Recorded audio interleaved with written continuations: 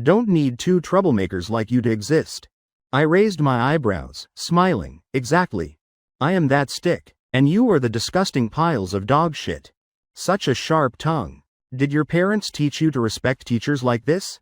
Ms. Wu shouted angrily, as she led the students to surround me and the two beside me. At the back of the classroom, heavy panting suddenly rang out. A round-faced, short, chubby man leaned against the back doorframe, gasping, "Everyone stop. Don't make any rash moves. Principal Howard, why are you here?" Seeing Howard, Ms. Wu's face immediately bloomed into a chrysanthemum smile. She leaned toward me, explaining to Howard, "These thugs broke into the school and injured students. We've already surrounded them." Howard glared at the surrounding students, then hurried over to stand before me, his demeanor respectful like a tardy servant. "Young master, you're not hurt, are you?" Seeing Howard's reaction, all the students' jaws dropped in shock. Though he appeared gentle, he was usually very strict, managing students with an iron fist. Since taking office as principal over 5 years ago, each year he expelled at least 50 rule-breaking students. After removing those problematic students, Riverside High's college admission rates and academic discipline both improved dramatically. That's why he earned the nickname, Iron Principal. Is this still the strict principal we know? Look at that fawning attitude. Did he get turned into a eunuch? Shush, careful or you'll get expelled. But today the principal really seems different.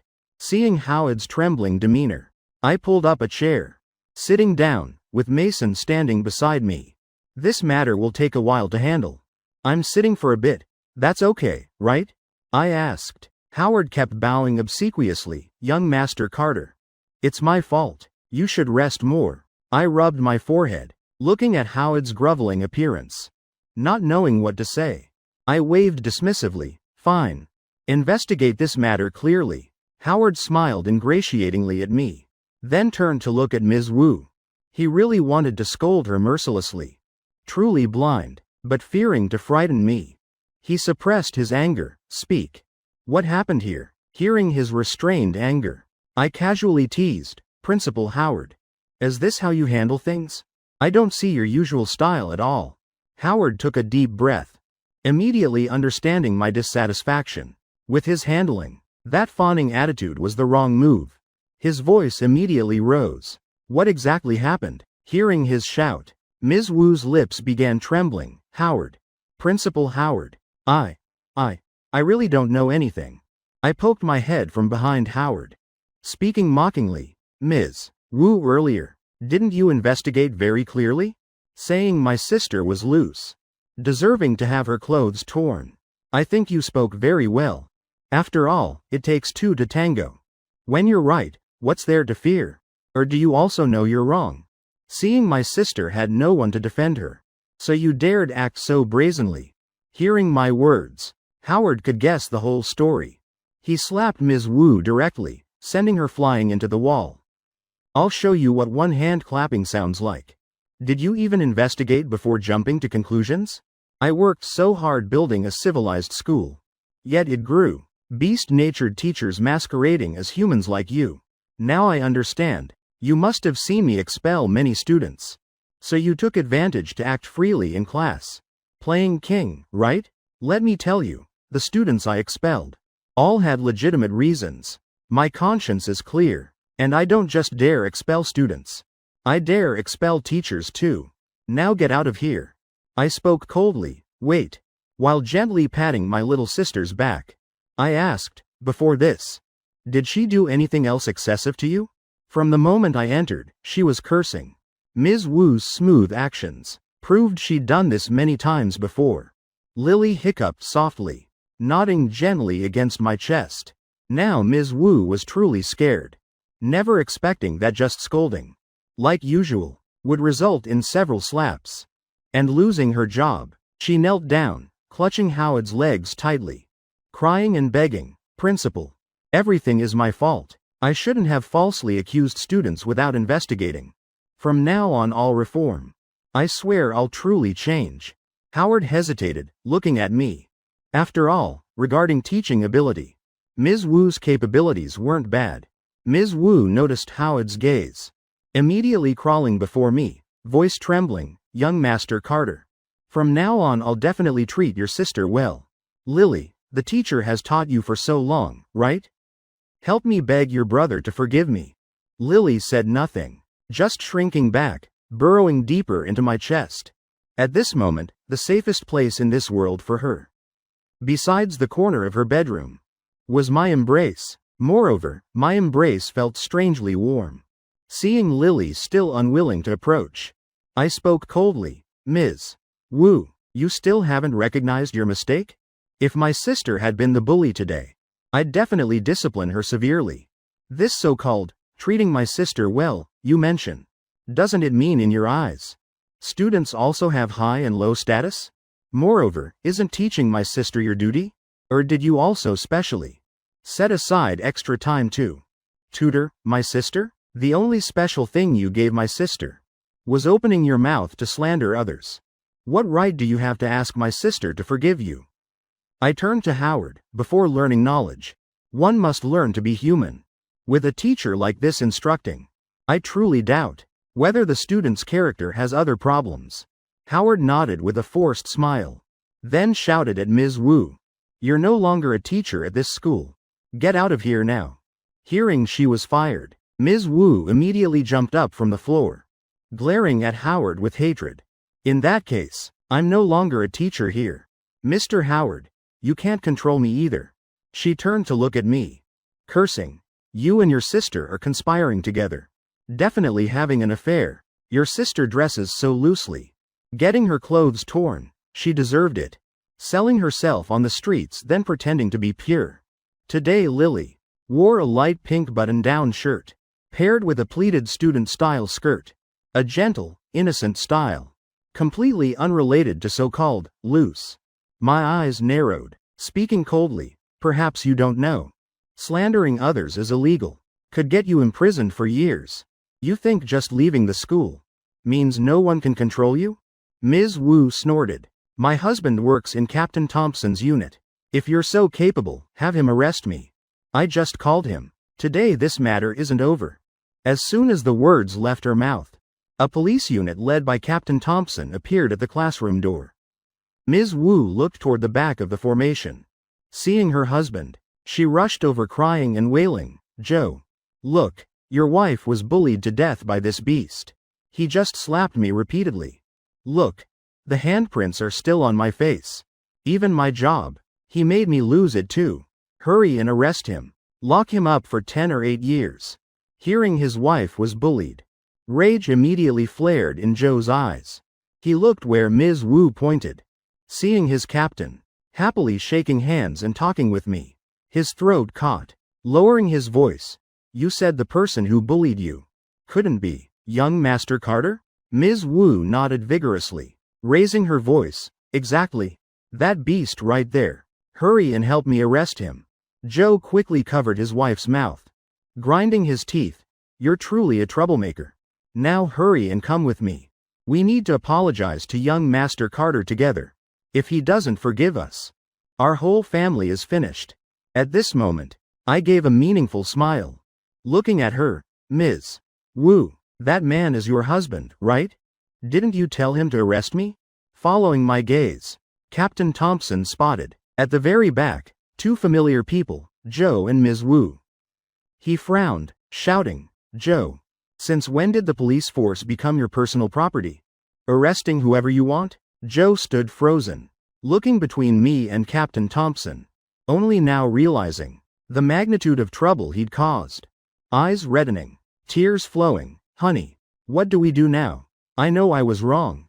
I really know I was wrong. Please help me." Joe choked up, pulling Ms. Wu's hand, stepping forward to bow deeply before me. "Young Master Carter, I know my wife's nature. Today's incident is entirely her fault. Please let her apologize to you." I turned to Howard, saying, "Pull up the classroom surveillance footage, so no one says I'm abusing my power." Before coming here, Howard had already arranged for the footage to be ready. On screen, the scene of Lily being bullied without cause appeared clearly. Ms. Wu for no reason, had loudly cursed and humiliated her.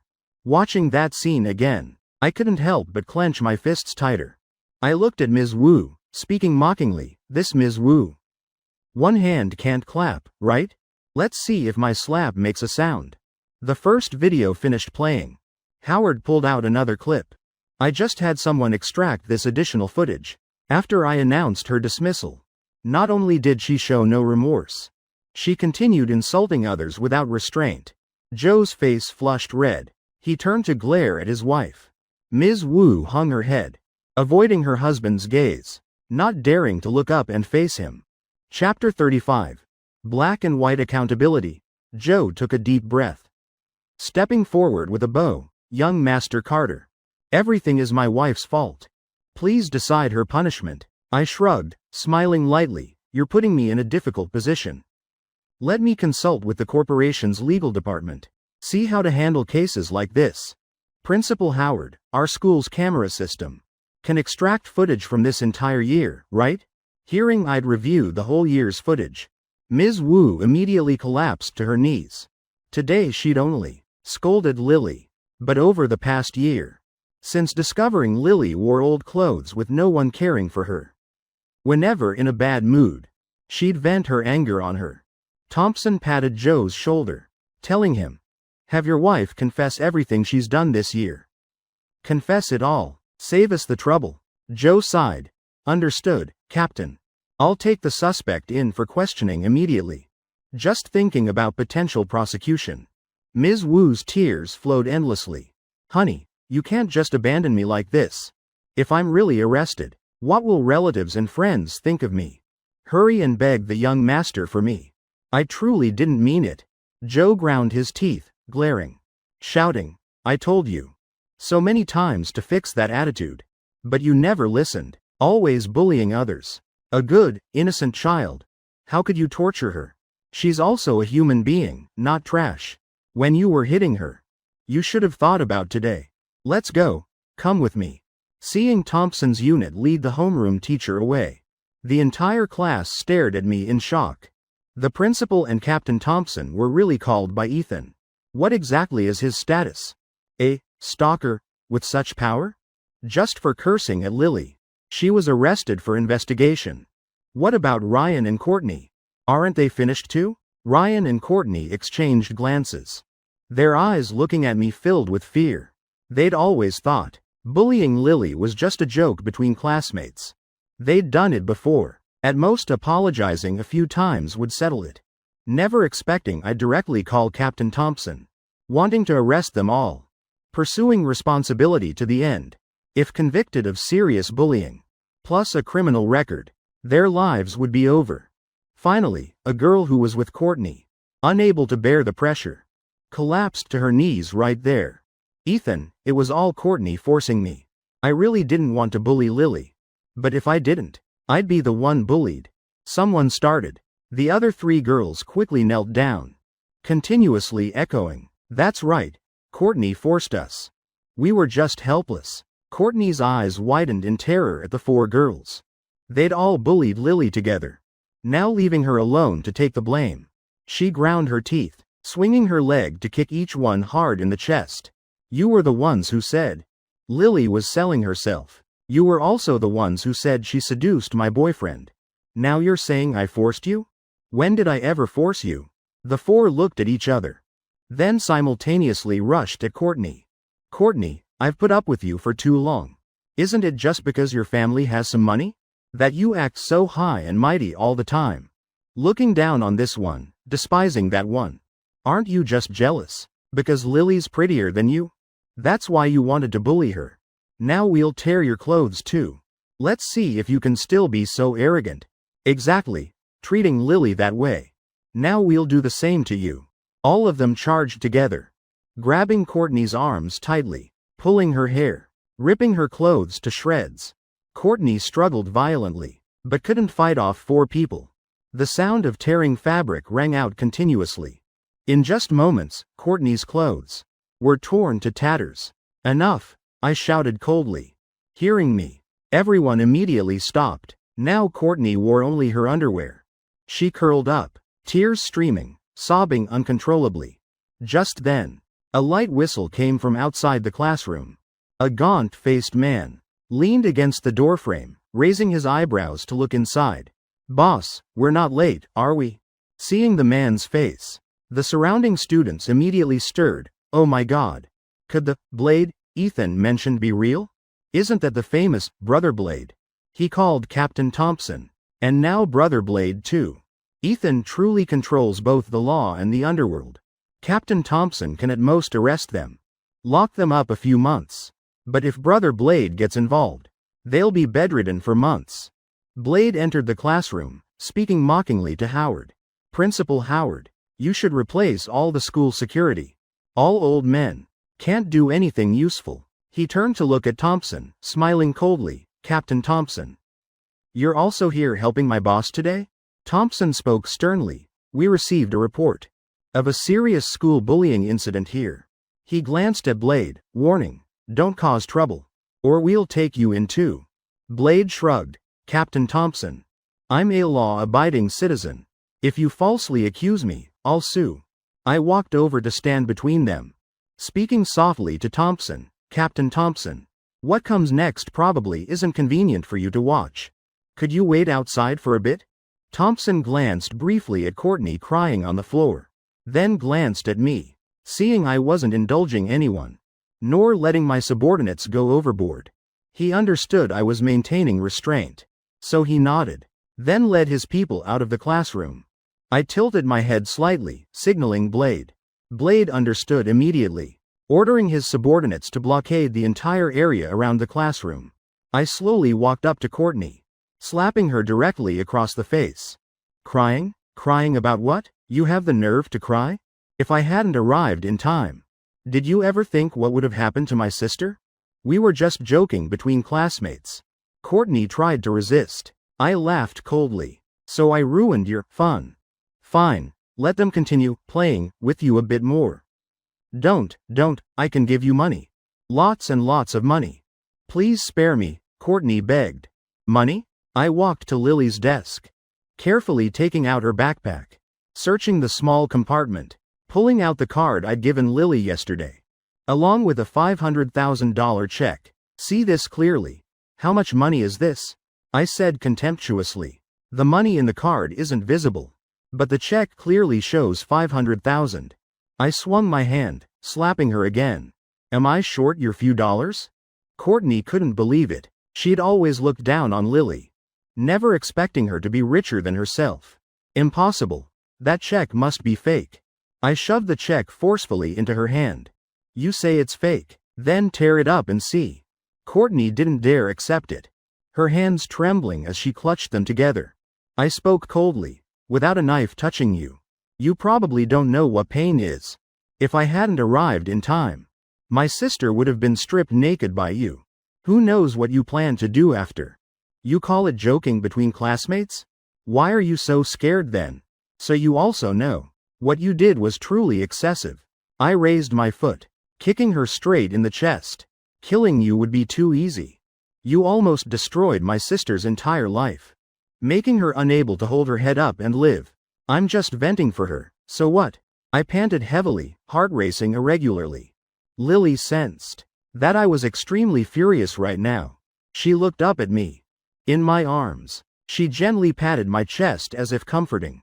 I realized something was wrong, quickly forcing a smile, then stepping between me and Courtney. "Boss, handling these types doesn't require you." I winked at my subordinates. The others immediately understood, quickly dragging Courtney outside. I gently patted Lily's back, then glanced coldly at the others. Seeing me punish Courtney, they quickly knelt, begging.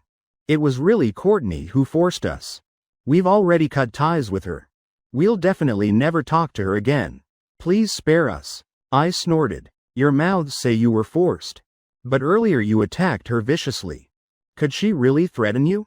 Seeing me about to act, Blade intervened. Boss, teaching people is our job. Let us handle it. We guarantee Captain Thompson won't find anything. He feared I was in a rage. Might go too far. If serious consequences occurred, even covering it up wouldn't be worth it for these worthless people. After screams rang out, The four lay limp, dragged from the classroom. I moved chairs, sitting down before Ryan, eyes cold as ice. You wanted to tease my sister, right? And you people regularly bullied my sister too.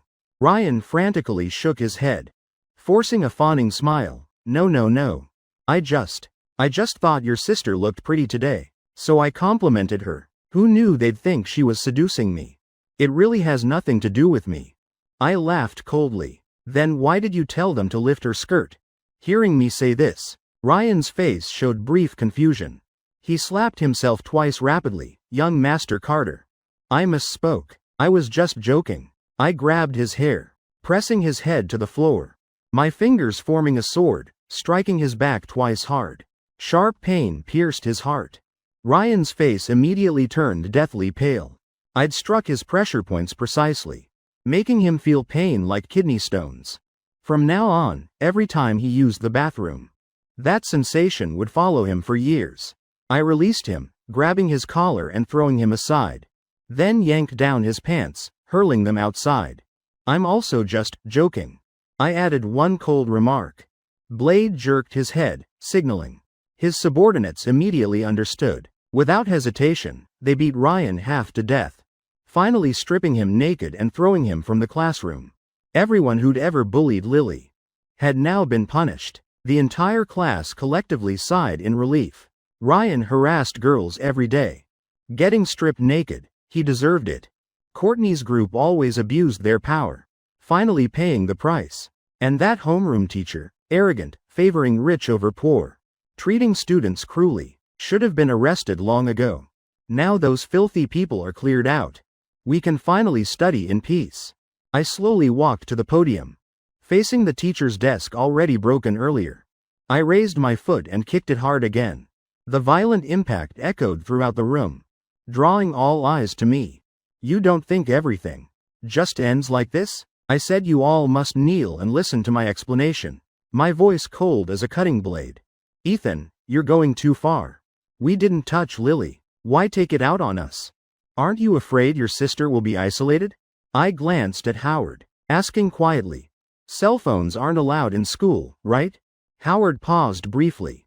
Though the school never had such a rule, he still followed my lead, nodding. That's correct. Phones affect studying. The school prohibits them. I turned to look at Blade, voice cold as steel. Collect all their phones. I don't want today's incident spreading. Handle the rest as you see fit. After speaking, I carried Lily out of the classroom. Walking some distance, I took a deep breath to calm down. Turning to Thompson, asking, I heard you greatly admire our nation's founding generals. Thompson looked slightly dazed, not understanding why I asked that, but still nodded. I chose this path because I admired them. What about General Shaw, the old general? I asked. His battle at Harbor City swept away the invading forces stationed there, reclaiming the city. That was the key strategy that helped the nation open supply routes, breaking the enemy's blockade, laying the immortal foundation for our nation's establishment. His contributions can never be forgotten.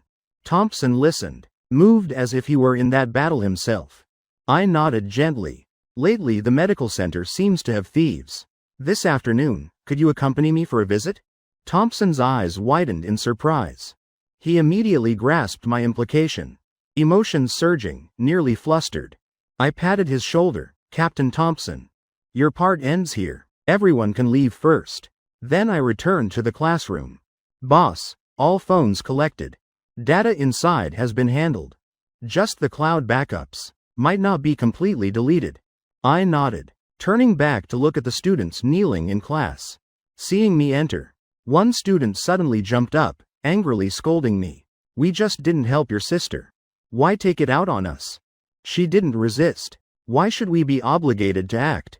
We just didn't stand up to help. The law doesn't require everyone to save people. I rolled my eyes contemptuously. The law also doesn't prohibit me from making you kneel to listen to me talk, using the law to justify your behavior. Don't you have any morality left in your hearts? You can refuse to submit. But now I'll make it clear to you all. Everyone kneel down and listen obediently. First, you can lack courage, but you absolutely cannot prevent others from helping. Second, even if you can't be brave yourself. Cowards who only dare stand and watch are most contemptible. Yet you went and blocked those who wanted to help. Isn't that aiding evil? What proof do you have? That you're unrelated to the bullies? Their arrogance. Wasn't it all thanks to the indulgence of cowards like you? Second, while in the classroom. Were you hoping my sister would be stripped naked? Always letting others do everything, while you sit waiting to benefit. If trouble comes, immediately shirking responsibility. Your calculating nature. Even the abacus beads are flying in my face. Third, yes. I'm taking it out on you all, so what? Chapter 37. Let me see what you'll do. Hearing me finish, the whole class looked at each other, faces frozen.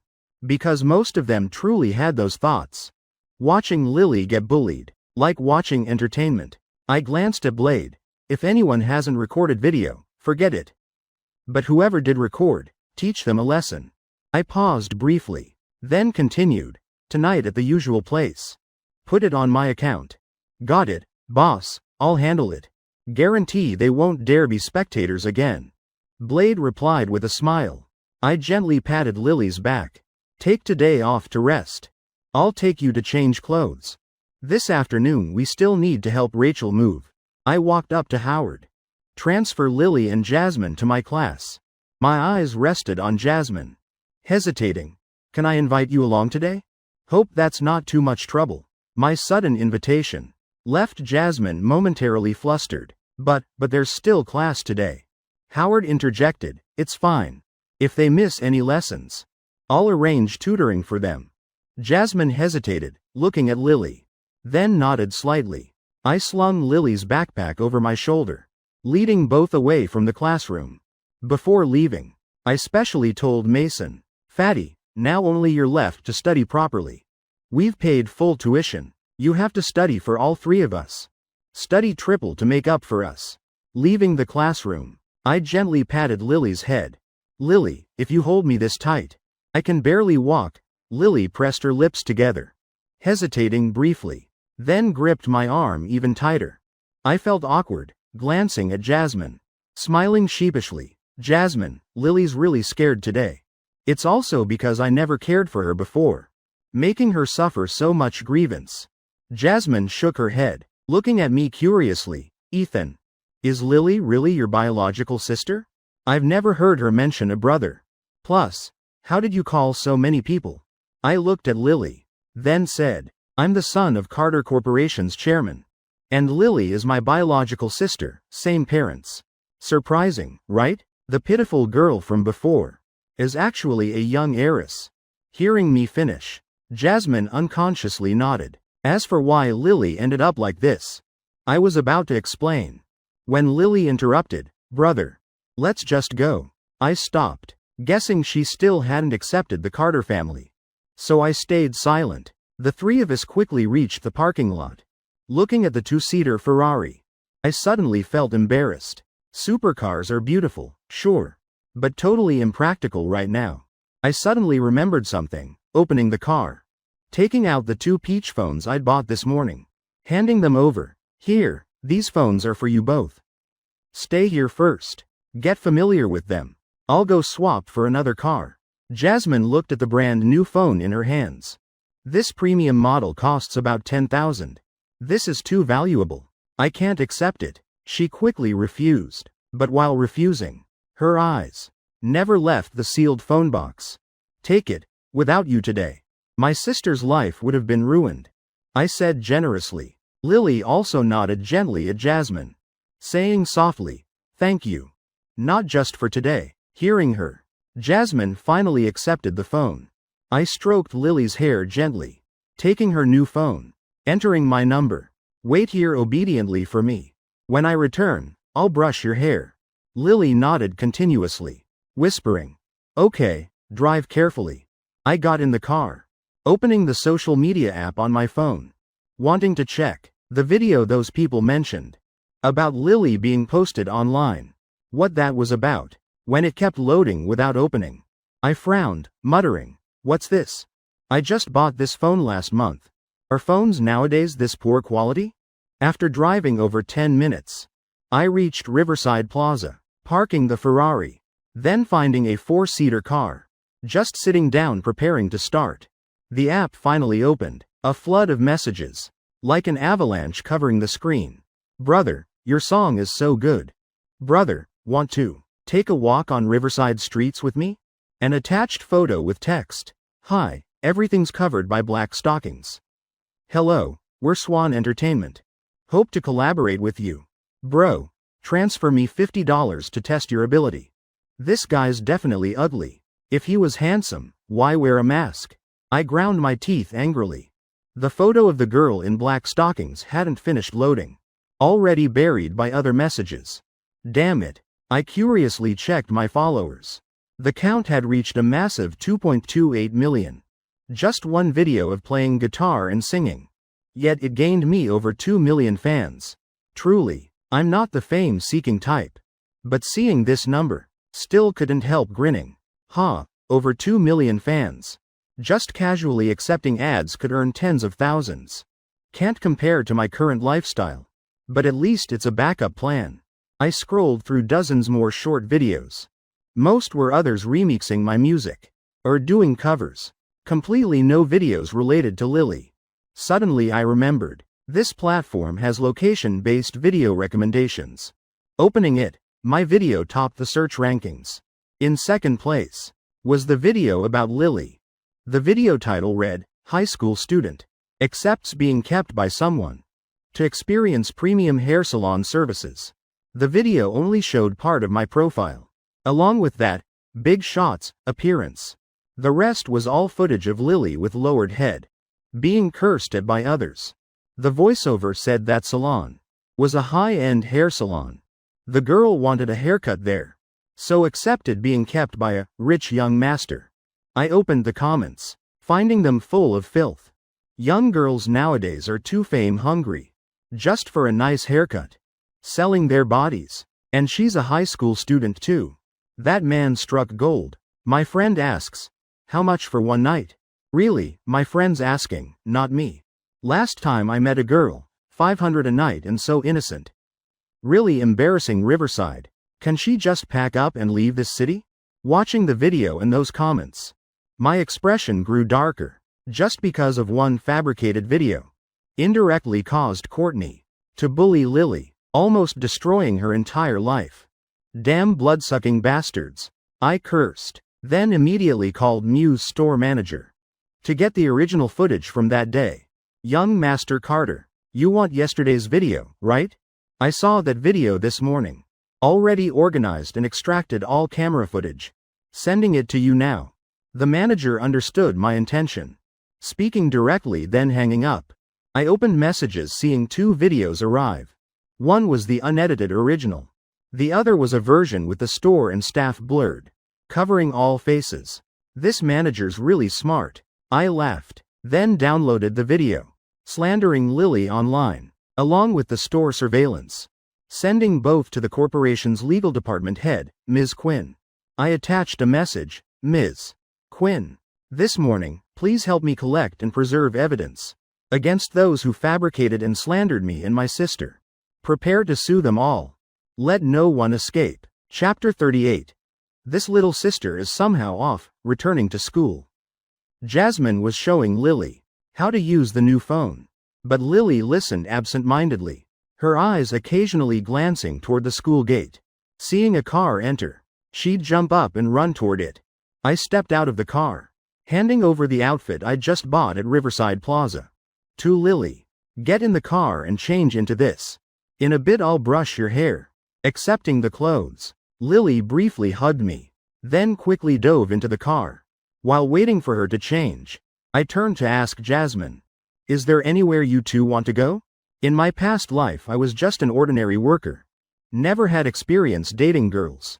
I thought dating was just eating. Watching movies, walking around. Then everyone goes home? They just finished breakfast. Now's not the right time for movies or shopping. Can't jump straight to the final step. Jasmine thought briefly. Then hesitantly said, I heard Lily mention before. She wanted to visit the zoo once. I estimated the time. It's only about 9 a.m. now. This afternoon I'm meeting the moving company. 3 hours of visiting should work. Youth is priceless. Let's go. Just then, Lily opened the car door, handing me a jade comb. She wore a loose white button-down shirt with a small bunny print, hugging a carrot. Below were baggy sweatpants, covering her long straight legs, revealing nothing. I noticed her waistband, tied especially tight, obviously from this morning's incident. She still carried psychological trauma. I accepted the comb, gently brushing Lily's hair. The soft strands slipped through my fingers, making me clearly see, on the scalp beneath, several patches showing white, obviously from hair being pulled too hard. Inside me, like a broken nail twisting endlessly. I couldn't understand. Lily is clearly such a good person. Why must the story torture her like this? Lily tilted her head slightly, enjoying the feeling of me brushing her hair, as if all the unhappiness was blown away by the wind. Is your belt tied too tight? Want to loosen it a bit? I asked. Lily looked at me questioningly, then lifted her shirt slightly, saying coquettishly, "Brother, help me untie it." Her flat, smooth waist appeared before me. I immediately turned away, avoiding eye contact. "Let Jasmine help you." Hearing me say this, Jasmine quickly stepped forward, softly saying, "Lily, let me retie it for you." Lily pulled down her shirt, pouting as she turned away. "Don't need it." I scratched my head, embarrassed. "Fine. Let me tie a bow for you." I swallowed, glancing around, feeling like someone doing something illicit. You should know, in my college entrance exam year, I solved the last math problem. But I've never untied a girl's belt. Getting closer, I realized how smooth her skin was.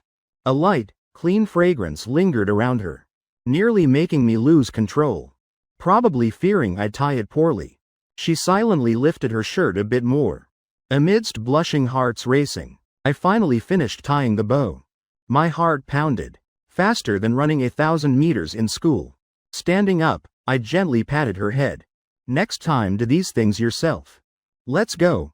We're going out to have fun." I led the two to the Wild Hope Zoo in western Riverside. This place covered over 3,000 acres, the largest wildlife park in America, with diverse animal populations and various themed areas. I planned to take Lily to the small animal interaction area, letting those adorable creatures soothe her wounded soul. The three of us quickly arrived. Since today was a weekday, the park wasn't too crowded, but I remained careful, gripping Lily's wrist tightly, not letting her get lost. I led them straight to the baby animal area. Seeing countless cute little animals, both immediately melted with delight. "Lily, look, that's a tiger cub. And over there's a baby panda. Here we can even feed them." Lily hugged my arm, walking and laughing, constantly swaying, pulling me around the area. Suddenly, my phone rang. I took it out to check. A message from Ms. Quinn in legal, "Young master. All evidence has been preserved. We can file suit anytime." I read the message, a cold smile curling my lips. "Tonight, I'll launch a public opinion war. Let those bloodsucking bloggers know what it's like to be buried by social media. If they're smart and apologize publicly, I'll let it go. But if they're stubborn, I'll put them in prison sewing for life." Suddenly I noticed Lily's gaze, always resting on me. I asked, "What's wrong?" Her face reddened, whispering, "Brother, your phone wallpaper." I scratched my head, explaining, "Last time recording video, this shot was pretty. So I kept it. If you don't like it, I'll change it now." "I like it. I really like it," Lily quickly replied. She took a deep breath, then gathered courage. "Brother, let's take a photo together." I nodded, taking out my phone to prepare. "Use mine. I want to keep this photo too," she said. I took Lily's phone, starting selfie mode. At that moment she was still holding a baby panda. 3, 2, 1, when the countdown ended, Lily suddenly stood on tiptoe, kissing my cheek lightly. I froze, eyes wide, blinking continuously, her gaze silently moving between me and the photo. Lily's face flushed pink. She snatched the phone, setting that photo as wallpaper, looking at my bewildered face in the photo, while she herself was being so brave for the first time. Joy overflowed in her heart, impossible to contain. She looked at me, still dazed, whispering, "Brother, I'm sorry. I just wanted to get a bit closer to you. But the panda was too heavy. I couldn't keep my balance walking." I looked suspicious, glancing at the baby panda in her arms. This round ball of fluff didn't look heavy at all. "Let me hold it for you." Lily handed me the baby panda. As soon as I took it, a heavy weight immediately pressed on my arms. Must be close to 20 pounds. Never expected this thing to be so solid. No wonder she could barely walk. Chapter 39. Miss. Rachel probably doesn't know, right? Lily, look at this. They're selling chickens to feed the tigers, $10 each. Outside they're at least 30 each. It's lunchtime. Jasmine excitedly told Lily. Plus, I think the chicken here looks fresher than what we eat.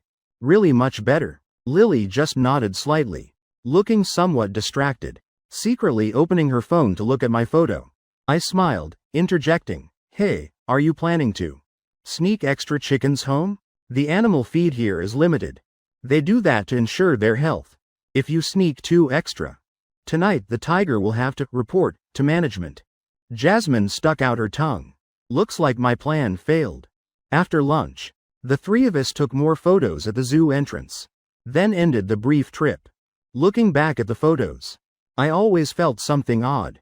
Lily's gaze never looked at the camera, always resting on me. I shook my head. Maybe I'm just being paranoid. In the afternoon, since I needed to help Rachel move, I asked Jasmine's opinion, then drove her back to school first. Checking my watch, it was already 1:30. I'd scheduled the moving company for 2 p.m. So I hurried to Rachel's place.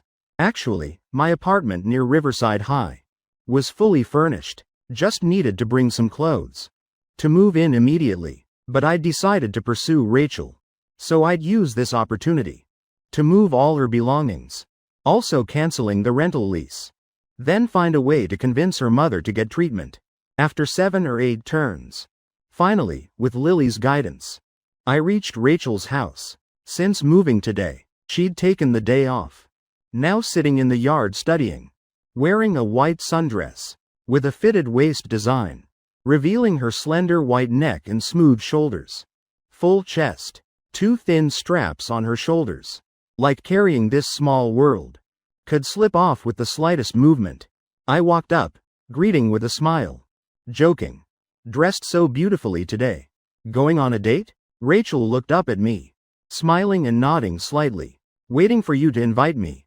Lily immediately hugged my arm tightly, taking a step forward, standing between Rachel and me, then also greeting softly. Rachel watched our sibling interaction, smiling.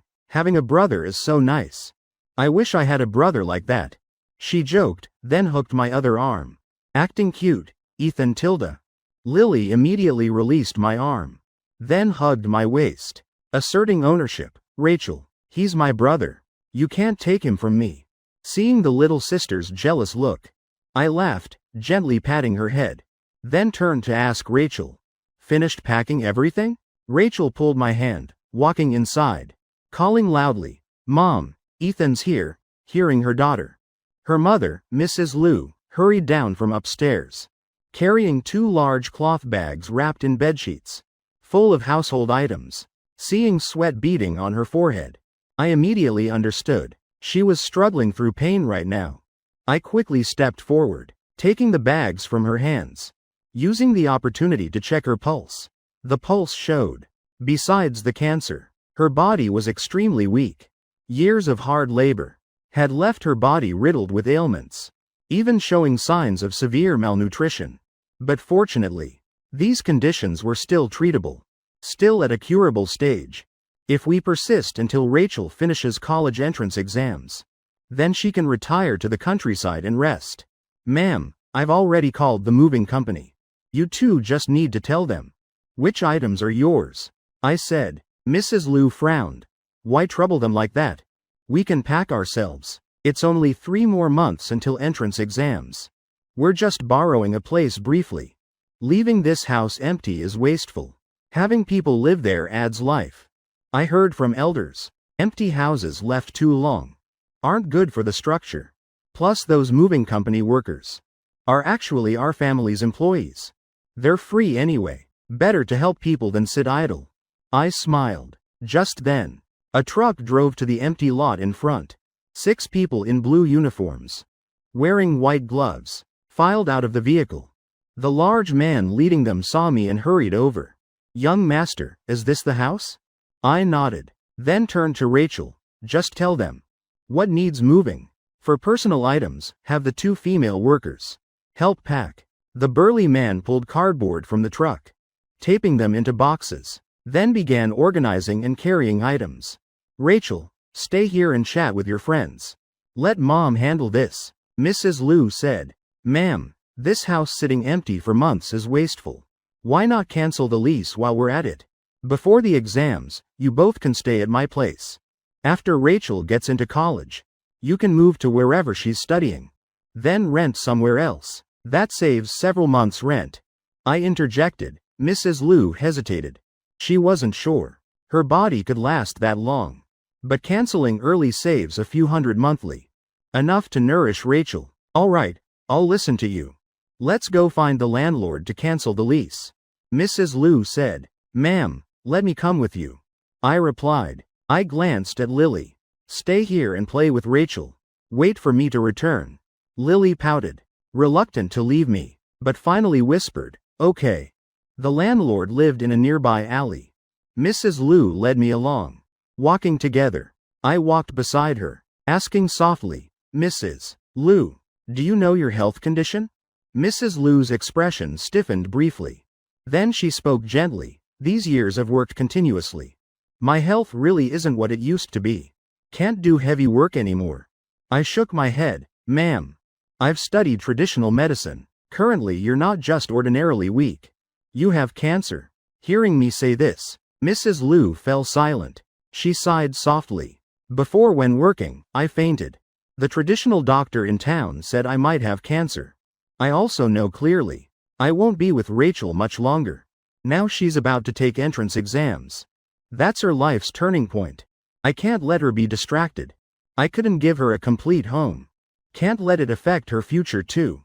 Hearing her, I turned my gaze slightly, speaking softly, "Ma'am, you also don't want Rachel to know about your illness, right?" Chapter 40. Actually, I've liked her for a long time. Hearing me say this, Mrs. Liu immediately frowned, voice full of wariness. "What are you planning?"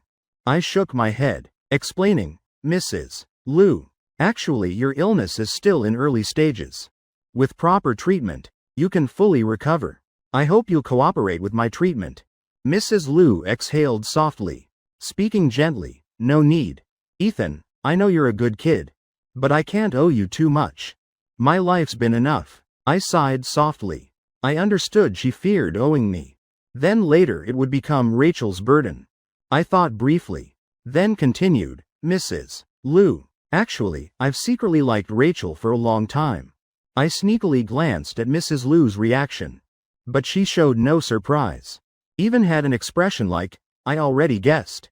"Ethan, after Rachel gets into college, I won't stop her from dating, but now they're still students.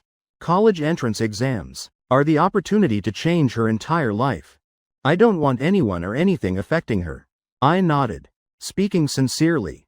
"I absolutely won't affect her studies. And the fact that I like her, please keep it secret for me too. Rachel truly has both beauty and gentle personality. But ultimately, we've only just met.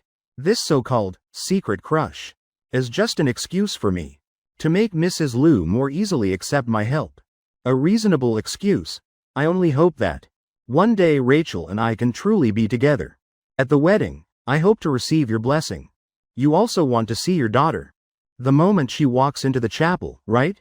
I tried to appear infatuated, sincerely speaking those words. Mrs. Liu gently closed her eyes. In her imagination, the image of her daughter in a pure white wedding dress appeared. "Ma'am, Rachel loves you more than you think. Later this illness will cause unbearable pain. You might even fall into a coma. If she discovers it then, do you think she could calmly watch you go? You also don't want, when you're unconscious, for her to earn money for your treatment and sell herself to some old man." In the original story, though knowing Mrs. Liu couldn't live much longer. Treatment would only extend her life a few years.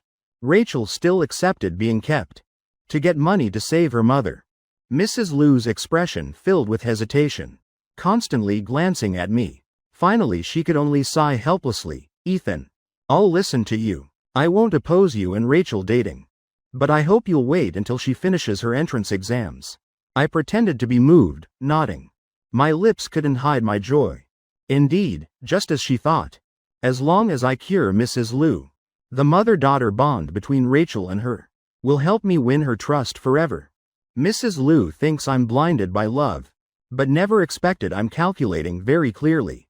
My businessman's brain has taken absolute dominance. Love is just the first step to greater advantage.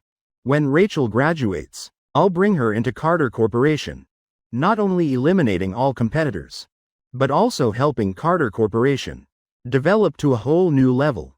Arriving at the landlord's door, a white-haired old woman, hearing Mrs. Liu was moving today, couldn't help feeling regretful. She asked, "You too? Found somewhere cheaper?" Mrs. Liu felt awkward, not knowing how to answer. Reflexively, she glanced at me.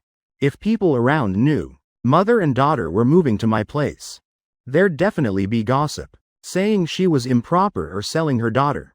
I stepped forward, smiling to explain, "Ma'am, I know you care about Mrs. Liu. She just got a job at the medical center, doing delivery and receiving work. There's a storage room there. Adding 2 small beds is no problem." The old woman nodded. "Oh, that's wonderful. I'm relieved then. If you're moving out today, have Rachel help me write a for rent sign, then hang it at the door." After talking with the landlord, we both returned. I used the same reason to explain to the neighbors. When Mrs. Liu asked me to help move, I thought she was moving to a new house. I thought moving was a big deal. So I called a moving company.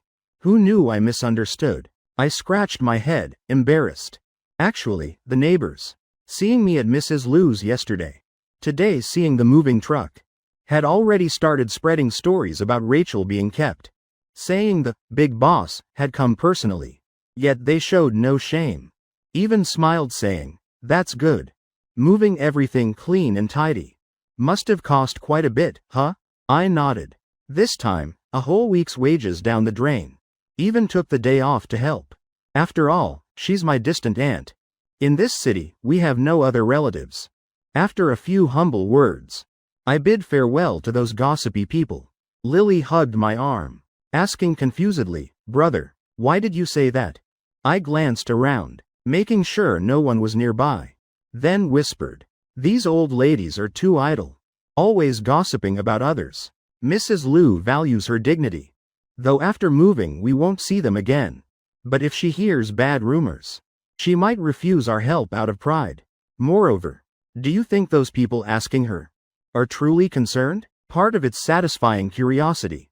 The rest is finding opportunities to connect, so later they can ask favors. Before transmigrating, I worked at an e-commerce company for a while. During holidays, neighbors competed asking me to open stores for them. They thought e-commerce was like physical stores. Just post items online and count money. Luckily I was quick-witted. Said I'd caused the company to lose over 100,000. Still having to compensate, making them immediately shut up, not daring to ask. After that, the village spread rumors I was deeply in debt. Returning for holidays still had to borrow money. Making my mom, whenever she went out to chat. No one wanted to talk with her, afraid of being asked for loans. Because of this, my mom scolded me twice. Said I'd lost all face, making it hard to find a wife. Seeing Lily's contemplative expression, I gently pinched her nose. But me, I can tell at a glance. I'll never let pride make me suffer loss. Later if you succeed and say you'll support me, even if you make me lick your feet, I do it. After speaking, I even licked my lips. Lily lowered her head, her eyes falling on her feet covered by shoes. Her face immediately flushed, shaking her head slightly, whispering, "That won't do, it's dirty." Chapter 41. Why's the room decorated so dark? I blinked in surprise. Shouldn't she be calling me a pervert right now? Couldn't help glancing at Lily again, feeling like she Seems to be seriously considering it. Did I corrupt this girl? I thought to myself. Returning to Rachel's house. Since they'd lived there for years. Many items they couldn't bear to discard. The moving company was helping sort, categorize, and repack everything. Seeing me return, Rachel walked over, smiling. Ethan, I don't know how to thank you enough. Having them help really makes it so much easier. I sneaked a glance at Mrs. Liu, then joked. Earlier when I went with her to cancel the lease, she already agreed to our matter. Our matter? Rachel tilted her head, asking in surprise. Then as if suddenly understanding. Her face immediately flushed. I'll go help with those things. She frantically ran off. Brother, when you two went out earlier, what exactly happened? Lily released my arm, voice slightly sulking. I thought briefly. If I want to hide this from Rachel later, I'll probably need Lily's cooperation. So I told her everything. Lily lowered her head guiltily, gently tugging my sleeve, asking softly, Brother, can we really help her? I nodded. Lucky we caught it early. 3 or 4 months later, even I'd be helpless. Moving will take a while. Now I want to take her to the hospital for examination first. Coincidentally, this morning I promised Captain Thompson I'd take him to meet General Shaw. I looked at Lily, asking, Want to come along? Lily looked at me, then glanced at Rachel. I want to stay with Rachel. I gently pinched her cheek. You can't hide anything. If Rachel discovers it, can you handle it? Are your words reliable? Lily hugged my arm. Brother. Then I'll go with you. I returned to Rachel, her face still flushed, pretending to be calm, continuing to pack. The house at Mrs. Liu's has been empty a while. I forgot to call someone to clean. Can you help me clean a bit? I said. I can clean too. My mom can't do heavy work. Rachel interjected. I was about to find some excuse. When Lily stepped forward, Rachel. My brother and I will help too. Plus we can show your mom around the area. Otherwise by the time moving's done, it'll be dark. Tomorrow she won't know where to buy food. Seeing the caring eyes of me and Lily, Rachel still hesitated a bit. She looked at Mrs. Liu. Rachel. Cleaning takes little effort. Plus they're helping. When you arrive, you can start studying immediately. College entrance exams are the most important turning point in your life. You must try your hardest. Mrs. Liu said. After speaking, the three of us got in the car. As soon as the car started, I explained the purpose of this trip to Mrs. Liu. She sighed softly, then showed a worried expression. Ethan, I want to ask, how much will this treatment cost? And can it definitely cure me? If it costs too much, even if it can save me, I won't dare get treatment. I thought briefly then answered, Ma'am, don't worry about the cost.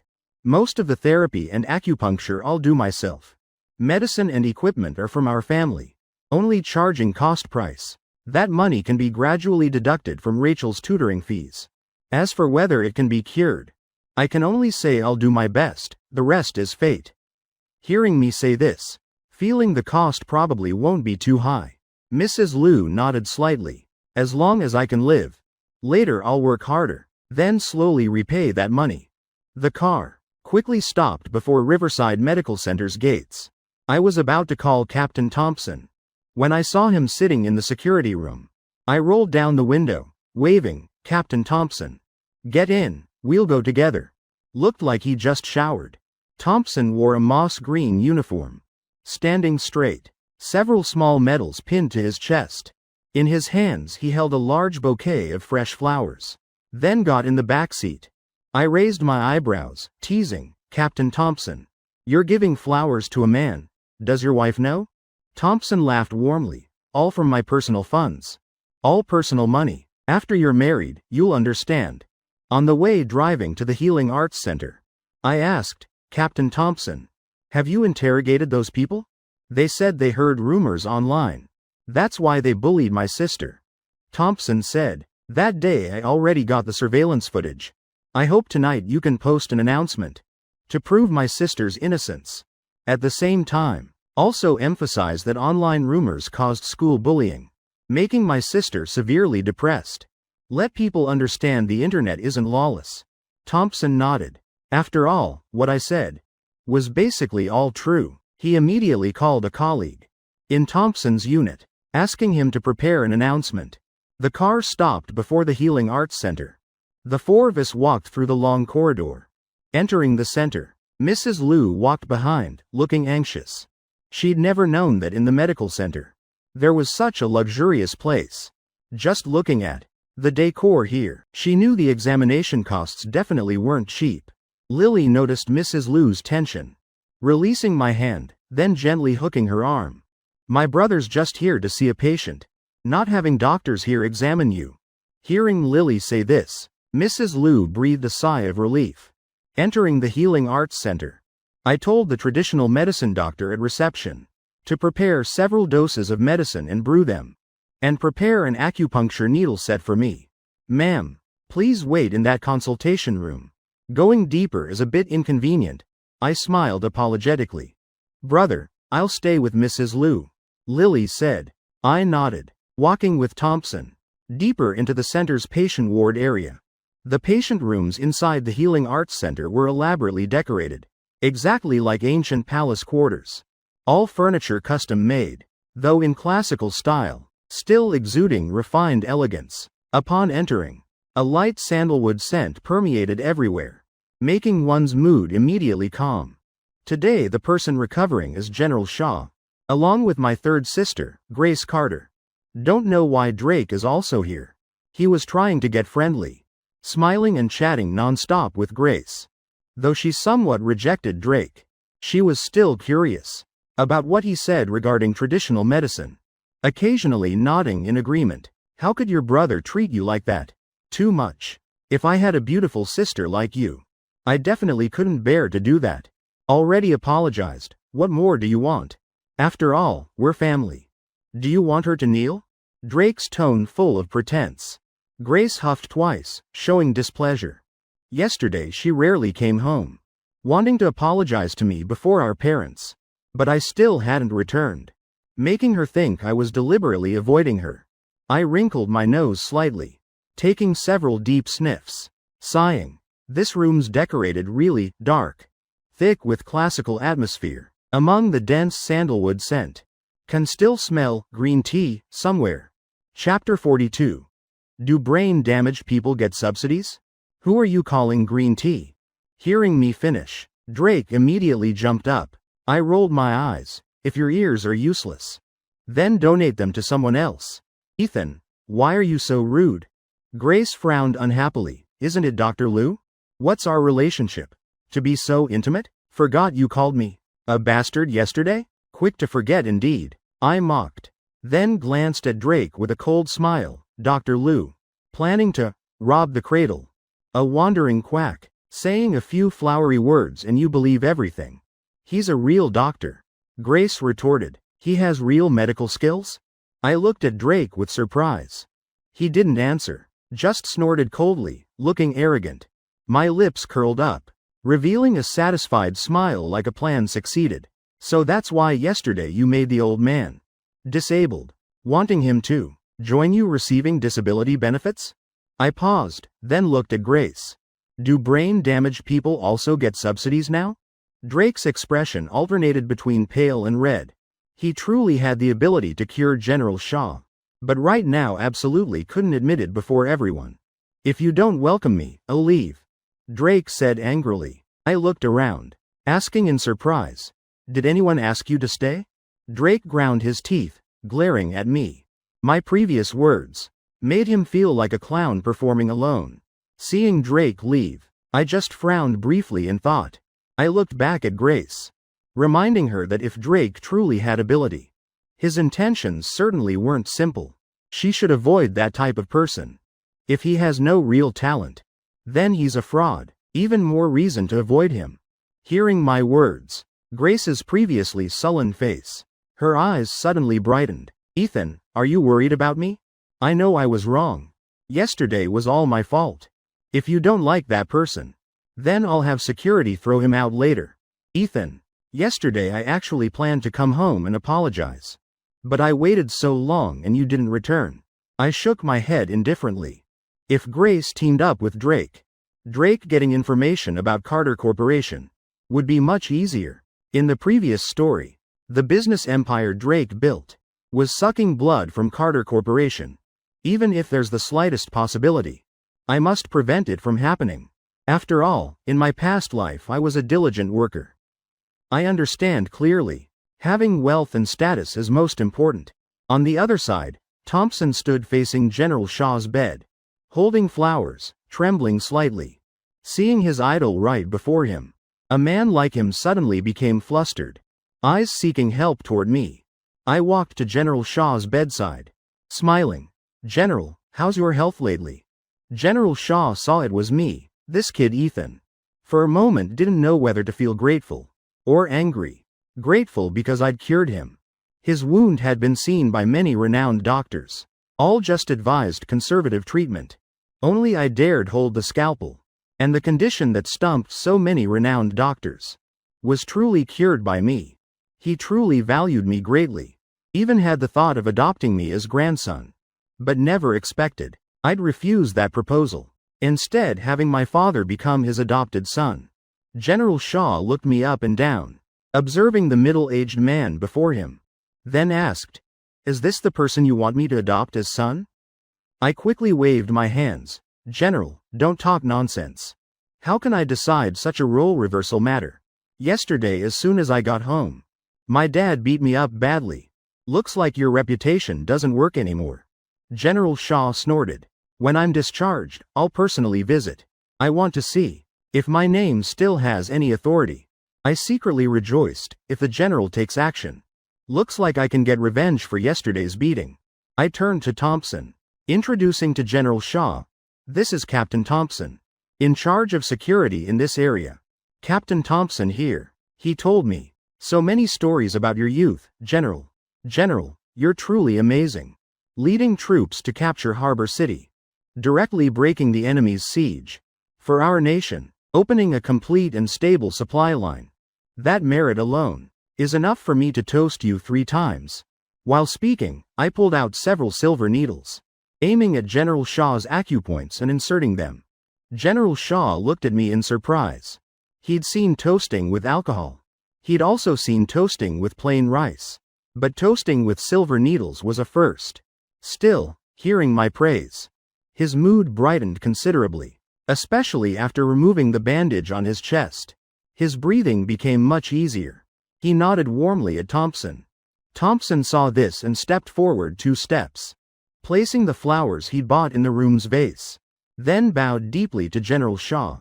Though the old general lay in bed, he also raised his right hand in salute. Watching the elderly general's slow movements, Thompson's eyes began to well up. "General Shaw, that year, watching the documentary about you, made me decide to walk this path.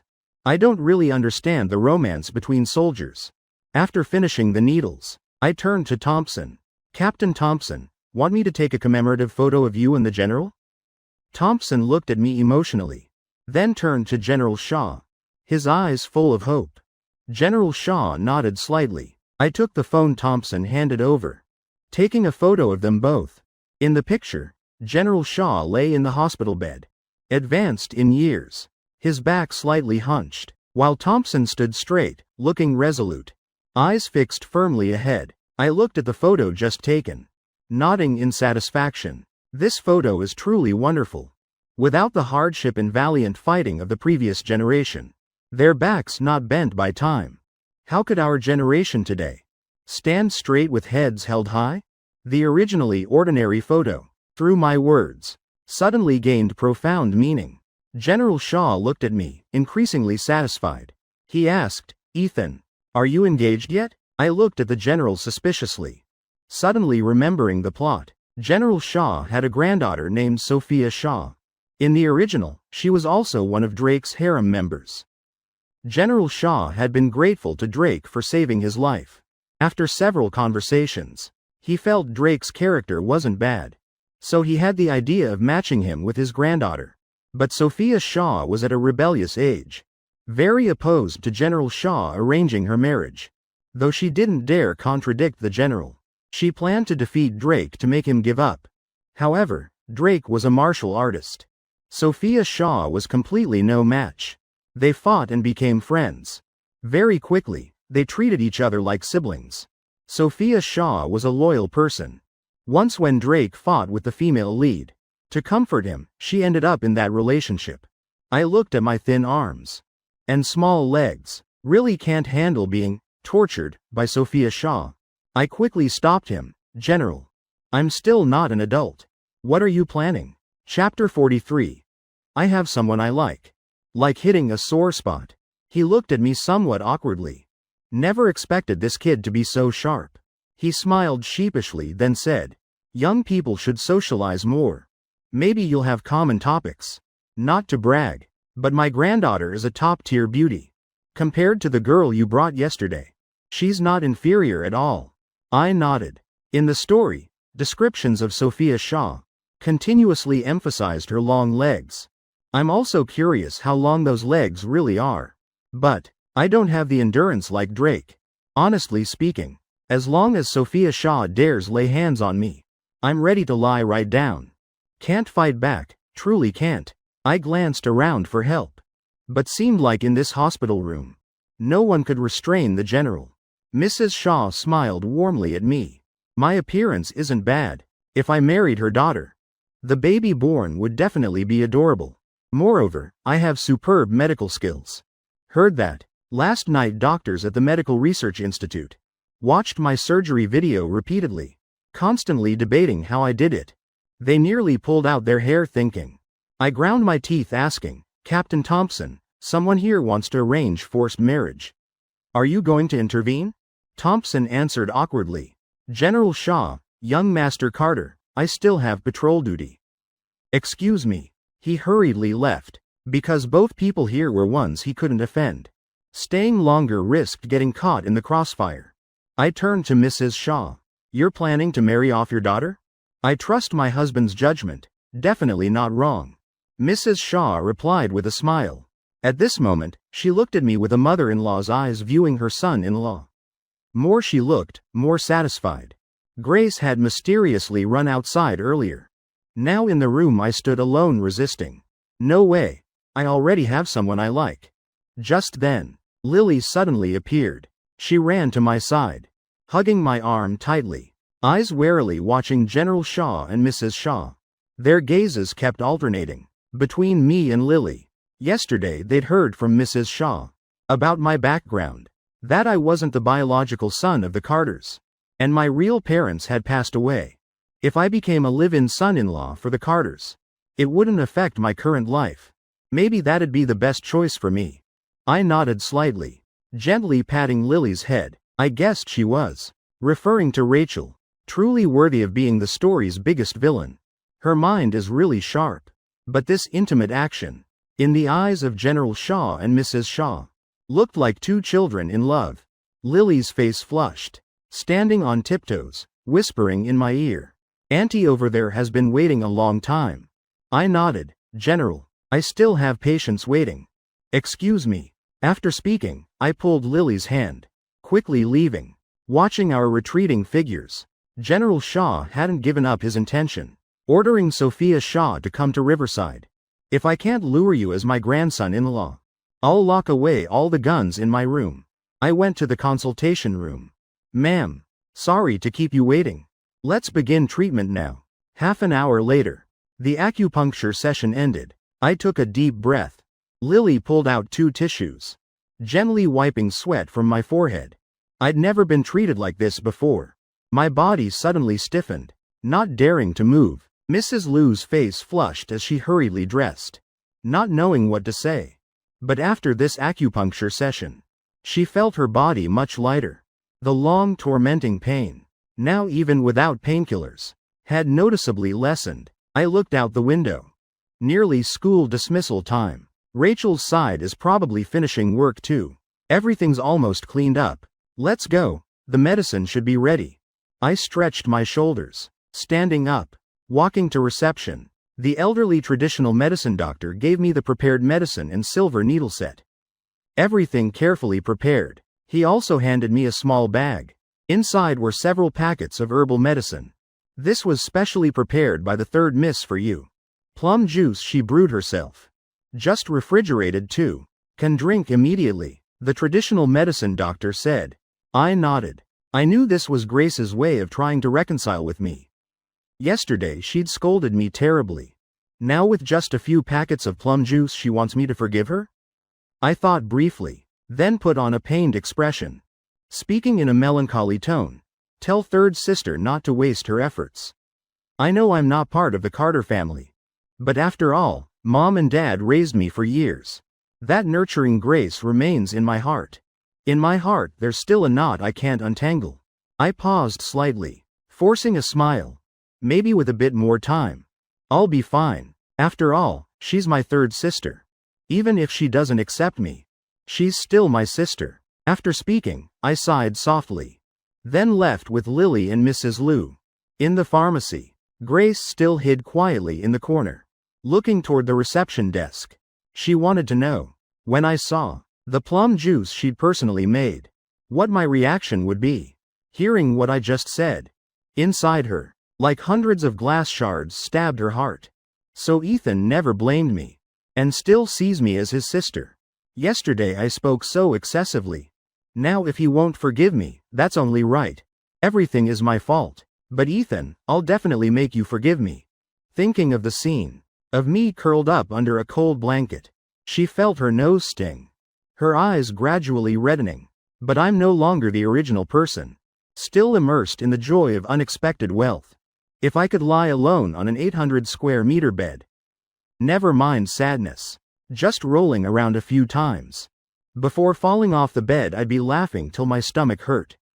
Leaving the Healing Arts Center, I immediately gave the plum juice to Lily and Mrs. Liu, 1 packet each. The plum juice came in sealed medical pouches. Looking ordinary from outside, but taking one sip, the gentle sweet sour taste spread. With fragrant osmanthus aroma, the cool sensation melting down my throat, chasing away late spring's heat. This was truly the best plum juice I'd ever tasted. Lily was also amazed by the flavor, her eyes lighting up. We got in the car to return. I drove Mrs. Liu around the neighborhood several times, showing her what shops were nearby, telling her to explore when free these days. Arriving at the arranged apartment, Rachel was lying sprawled, face down on the sofa near the door. Mom, where did everyone go? Why took so long to return? She grumbled. I only saw a pitch black gap before me, my gaze immediately drawn to it, feeling like being swallowed whole. Lily also noticed. She yanked my sleeve hard, asking softly, Brother, where are our slippers? Rachel suddenly realized something. Her face flushed red, immediately sitting up straight, one hand covering her chest. I glared at Lily reproachfully. Obviously the slippers were neatly arranged by the shoe cabinet on the right. Chapter 44. She follows me into the new house. Mrs. Liu couldn't hide her joy, curiously opening each room to look. The belongings we brought were all neatly arranged in the storage room. Rachel, besides taking out toiletries and a few changes of clothes, hadn't opened anything else. I glanced around the apartment. Basic living items were all complete, only lacking some food. I looked at Mrs. Liu and Rachel. Though Rachel received decent wages, she'd probably save for college tuition. I approached her, still covering her chest, whispering, Senior, didn't you say to wait for me to ask you on a date? Let's go to the supermarket to buy some things. Rachel's face flushed, sneaking a glance into the room. Then standing up, Mom, I'm going to the supermarket with Ethan. Mrs. Liu quickly emerged from the room, looking at me. Ethan, tonight you and Lily eat here. Sorry to trouble you tonight, I smiled. Mrs. Liu nodded, taking from her pocket a handful of crumpled bills. Then checking her pants pocket, taking out all remaining money, stuffing it all into Rachel's hands. Remember to buy what Ethan likes. Tonight Mom will cook you both a good meal. Rachel huffed twice, acting cute. Mom, I don't know who's really your daughter anymore. The supermarket was right across from the community's west gate, just a few steps away. The three of us went downstairs together. Lily immediately hugged my arm tightly, pulling me to stand between her and Rachel. Suddenly, two familiar figures appeared from afar. Emily was hooking arms with Violet, also heading toward the community supermarket. Violet, this time Ethan went too far. We definitely can't easily forgive him. This morning you said he bought 2 latest peach phones to apologize. Even if he gives me one, I won't easily speak well of him. Emily said indignantly. He even sold all my handbags. Unless he buys back all those bags. Otherwise I'll never speak to him again. Violet said angrily. Impossible, my friend.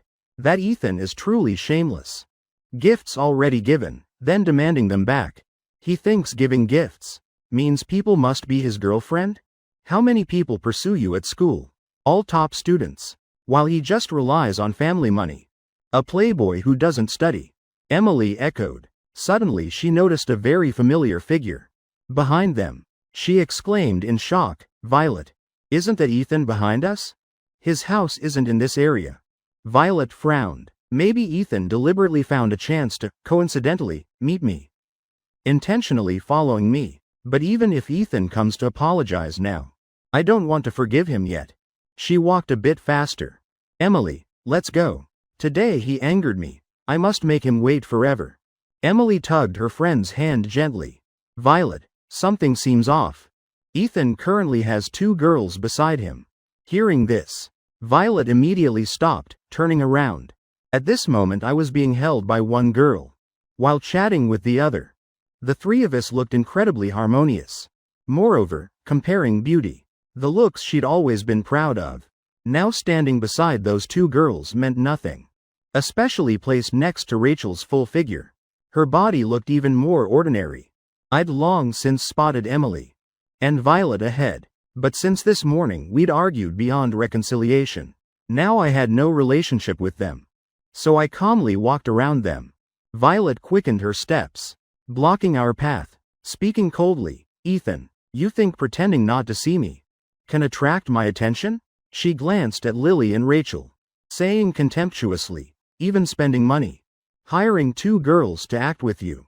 You're so childish. If you sincerely apologize to me, I can give you a chance to pursue me. I looked at her questioningly, not understanding how her mind worked.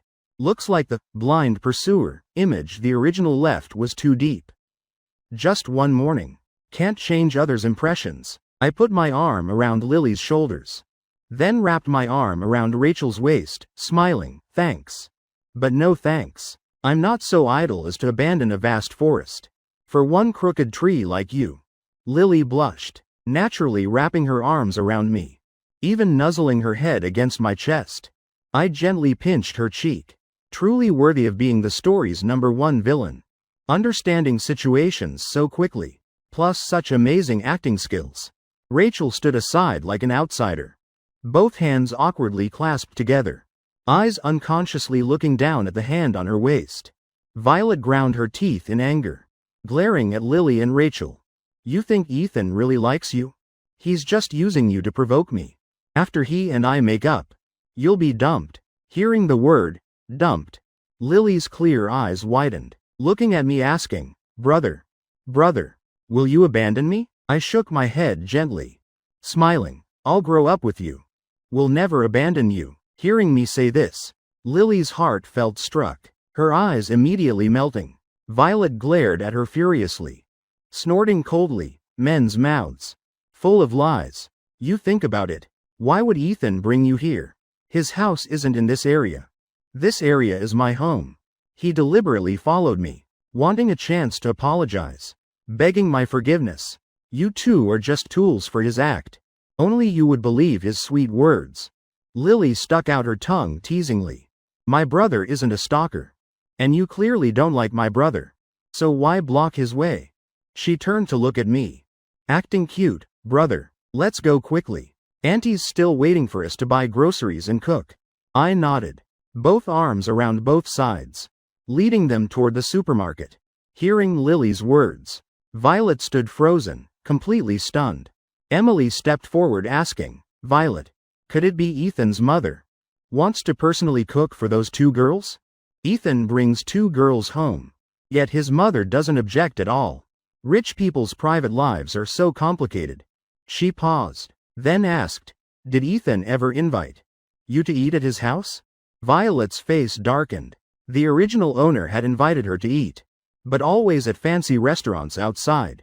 Never mentioned bringing her home. She snorted coldly, stubbornly saying, with that look in his eyes, how could I agree to go to his house? His mother isn't a professional chef. What decent dishes could she cook? Chapter 45. I can boil water at most. Entering the supermarket. I pushed 2 shopping carts alone. Previously every supermarket trip.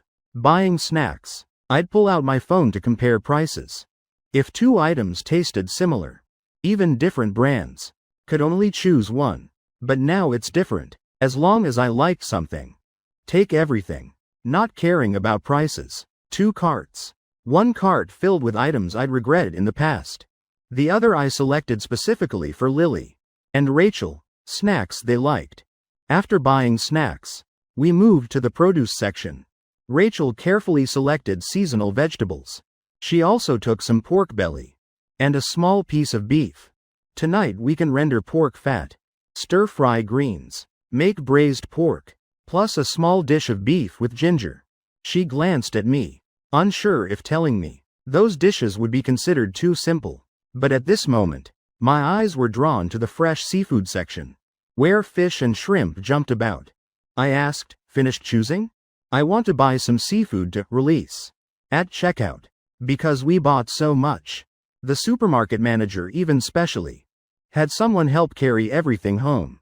On the way back, looking at the bright moonlight, I sighed softly. Just now I realized, my so-called release was actually only $283.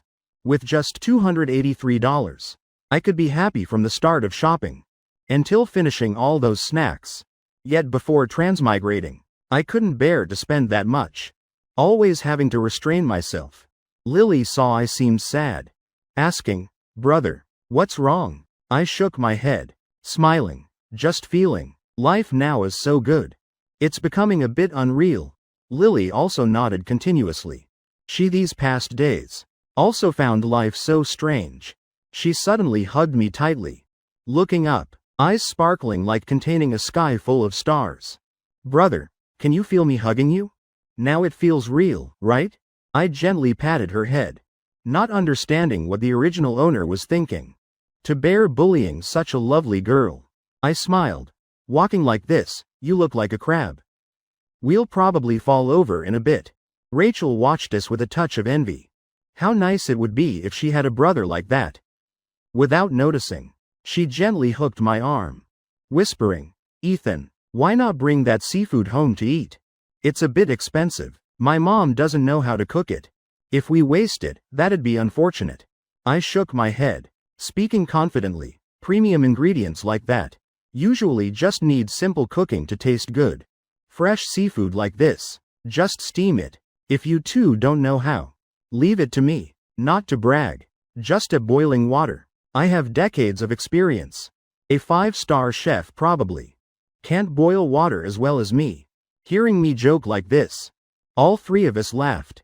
Arriving home, Mrs. Liu sat on the sofa fumbling, not knowing how to turn on the TV. TVs nowadays were completely different from her youth. Back then, just turn it on and there'd be programs. Now pressing buttons repeatedly yielded no channels. Seeing us return, she immediately stood up, taking the bags. I'll cook you all a good meal right now. Let me help, I said, before Mrs. Liu could refuse. I'd already carried the seafood straight to the kitchen. Lily was accustomed to housework, so she quickly followed me. Rachel saw everyone going to the kitchen. She felt awkward staying in the living room, so she followed too. The kitchen was quite spacious. Even with 4 people, not cramped at all. I watched everyone work skillfully. Some cutting vegetables, some slicing meat. Compared to them, my clumsy cooking skills really weren't worth showing off. I opened the bag, taking out over a dozen fresh oysters from Nushan. I took an oyster knife, starting to shuck each live oyster. These can be eaten raw directly. Each costs $39. I pried open the shell, inside revealing plump white oyster meat. Squeezing on some lemon juice, then gently slurping, the oyster meat slid down my throat. The ocean's saltiness mixed with lemon sourness, with a hint of creamy richness. That flavor made my eyes immediately brighten. Indeed, you get what you pay for. Previously, if craving them, I could only eat garlic grilled oysters. $10 for 8 near home. The taste then was also great. Whether there were actual oysters didn't matter. After eating 2, I started feeding the other 3. Everyone praised them endlessly. Only Mrs. Liu and Rachel, after eating 1, didn't dare eat more. But that didn't stump me. With Mrs. Liu, I just softly threatened a few words. As for Rachel, wasn't this a rare opportunity? To be intimate with a beautiful senior with an alluring figure? I deliberately teased her a bit, making Rachel's face flush red enough to drip water. She didn't dare refuse anymore, obediently opening her mouth for me to feed her. As for Lily, at first when I offered, she'd obediently open her mouth. But after seeing Rachel also start eating, she stopped eating. I guessed she wanted to save her portion for her senior. So I didn't insist, instead feeding Rachel several more.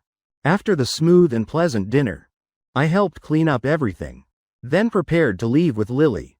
Ethan, didn't you say you'd tutor Lily? Mrs. Liu asked in surprise. Tonight I still have some matters to handle. Starting tomorrow is fine too, I answered. Earlier checking my phone, I discovered Thompson had sent me an announcement.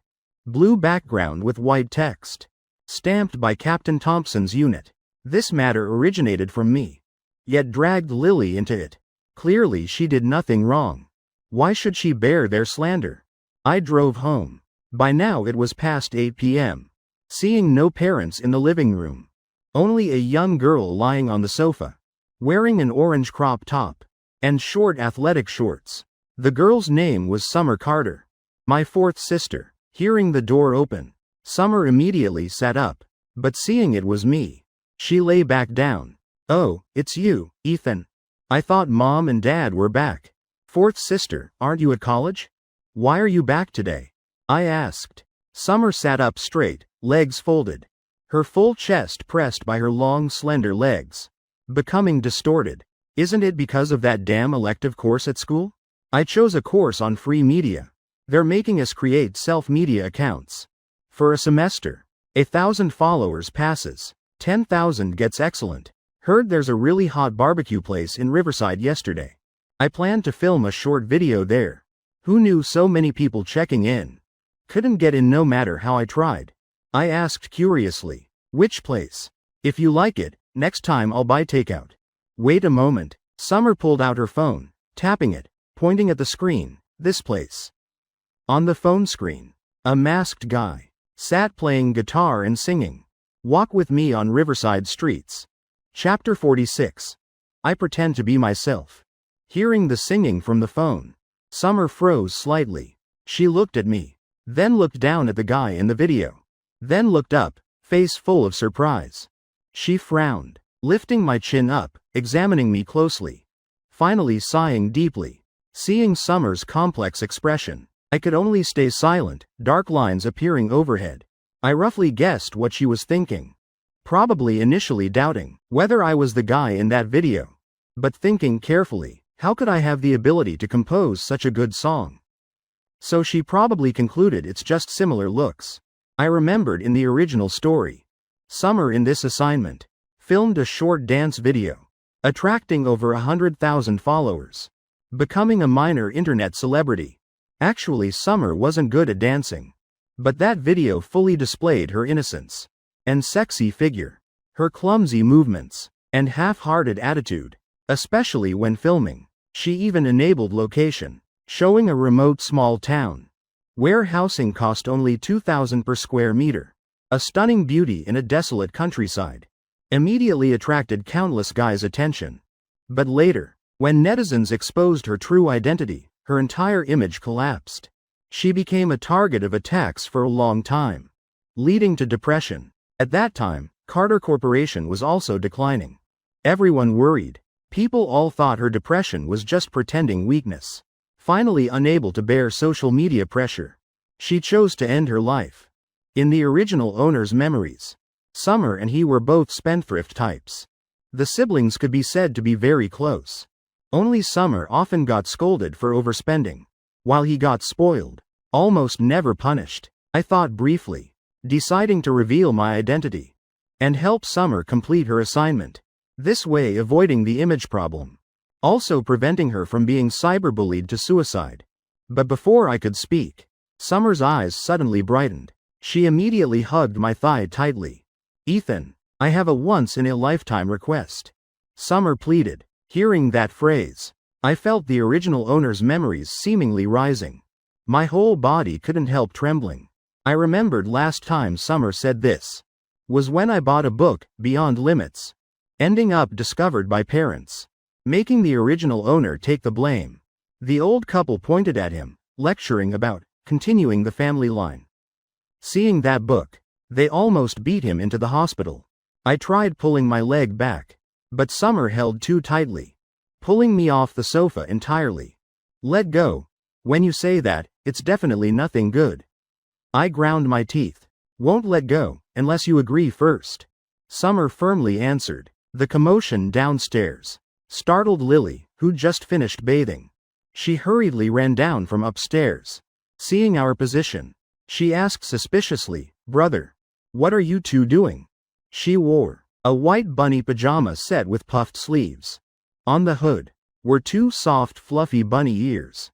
Below was a matching puffed skirt, with a round puffy tail attached to the back. Her hair still wet, holding an old hair dryer. Seeing Lily rush down in panic, I could only sigh helplessly. Fine, I agree, but you have to trade your hair dryer. Summer giggled, immediately running to her room, bringing out a light purple hair dryer. I kept my face cold, sternly lecturing Lily. Next time going downstairs, don't run so hastily. Still holding things. What if you fall from up there? Lily lowered her head, but her lips couldn't help curling up. Though being scolded, inside she felt warm. All right, don't be sad. Come here, I'll dry your hair. I softened my tone. This hair dryer is precious. Because your brother sold himself to trade for it. Summer's hair dryer was powerful, yet didn't damage hair. In just a moment I dried Lily's hair. I gently lifted her freshly washed hair. A light shampoo scent wafted around my nose. Lily's body swayed slightly. She turned to ask Summer, Fourth sister, is there anything I can help with? No need. Let your brother help. Summer looked at us in surprise. She remembered very clearly. Previously Ethan always hated Lily. How were they so close now? She shook her head, then said, Only you can help with this. I pouted, accepting fate. Don't beat around the bush. Just say it. What is it? Actually, it's nothing big. Summer reached into her pocket, pulling out a crumpled mask. Just need to wear this mask and film a short video with me. I immediately understood. So Summer wanted me to pretend to be the guitar-playing guy in that video. Initially I'd planned to tell the truth, but thinking again, this situation seemed quite interesting. Indeed a good opportunity to tease her a bit. Come on, Ethan, hurry and try on the mask. Let me see if it matches. Summer urged. I nodded, unfolding the crumpled mask. A pleasant fragrance immediately spread. On the mask was a faint lipstick mark.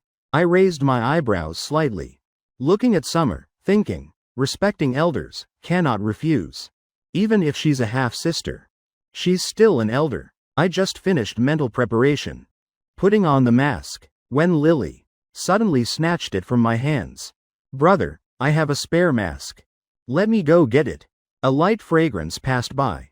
Lily ran quickly upstairs. Moments later she returned, holding another mask.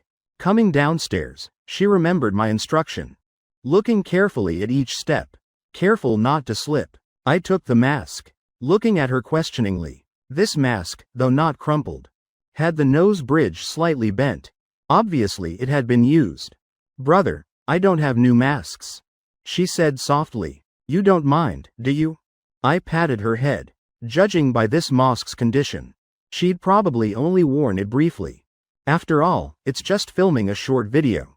Won't take much time. I put on the mask. Summer looked back and forth between me and the guy in the video, then nodded satisfactorily. Ethan, from now on you should weld that mask to your face. Definitely many girls will like you. I pouted. Fine. Film quickly, finish early, rest early. Summer fetched a guitar from her room, handing it to me. Just need to strike a few poses. I'll edit the guitar audio in later. When filming the video, remember to keep a 45-degree right angle. Tilt your head down slightly. Otherwise it still won't look similar enough. I sighed deeply, already having to pretend to be myself. Yet still criticized for not looking authentic. Lily saw my helpless expression. She sat on the sofa nearby, hugging her knees, gently swaying. She'd also watched yesterday's video. Earlier while bathing, she'd listened to that song repeatedly. She guessed Fourth Sister wanted to capitalize on the fame. And also knew I hadn't told Fourth Sister my true identity. Right now the entire internet was searching for the real identity of the guy in the video. But only she knew the truth.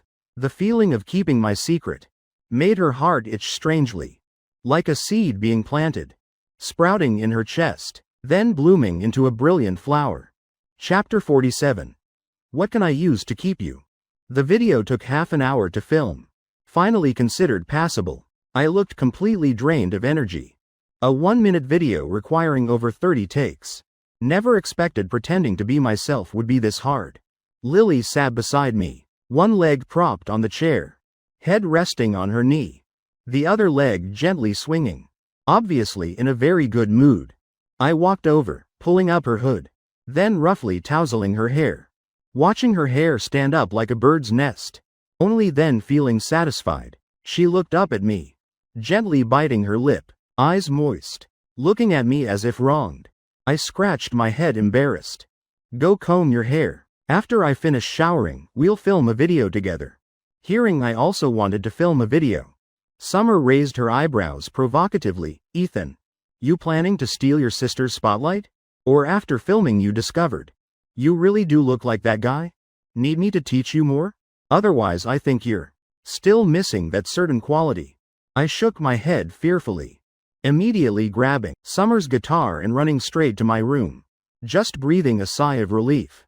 When little tail Lily came pattering after me, she entered the changing room, taking out the gray wolf pajamas from last time shopping. She said, "Brother, wear this." I nodded, then carried the pajamas into the bathroom. Probably this morning, when choosing clothes, she considered this her mission. I thought to myself, unable to help smiling. 10 minutes later, I finished showering, preparing to start filming. Lily sat on the floor beside the bed, leaning against the bed frame, holding a small comb. I put on the mask, adjusting the phone's angle toward us both.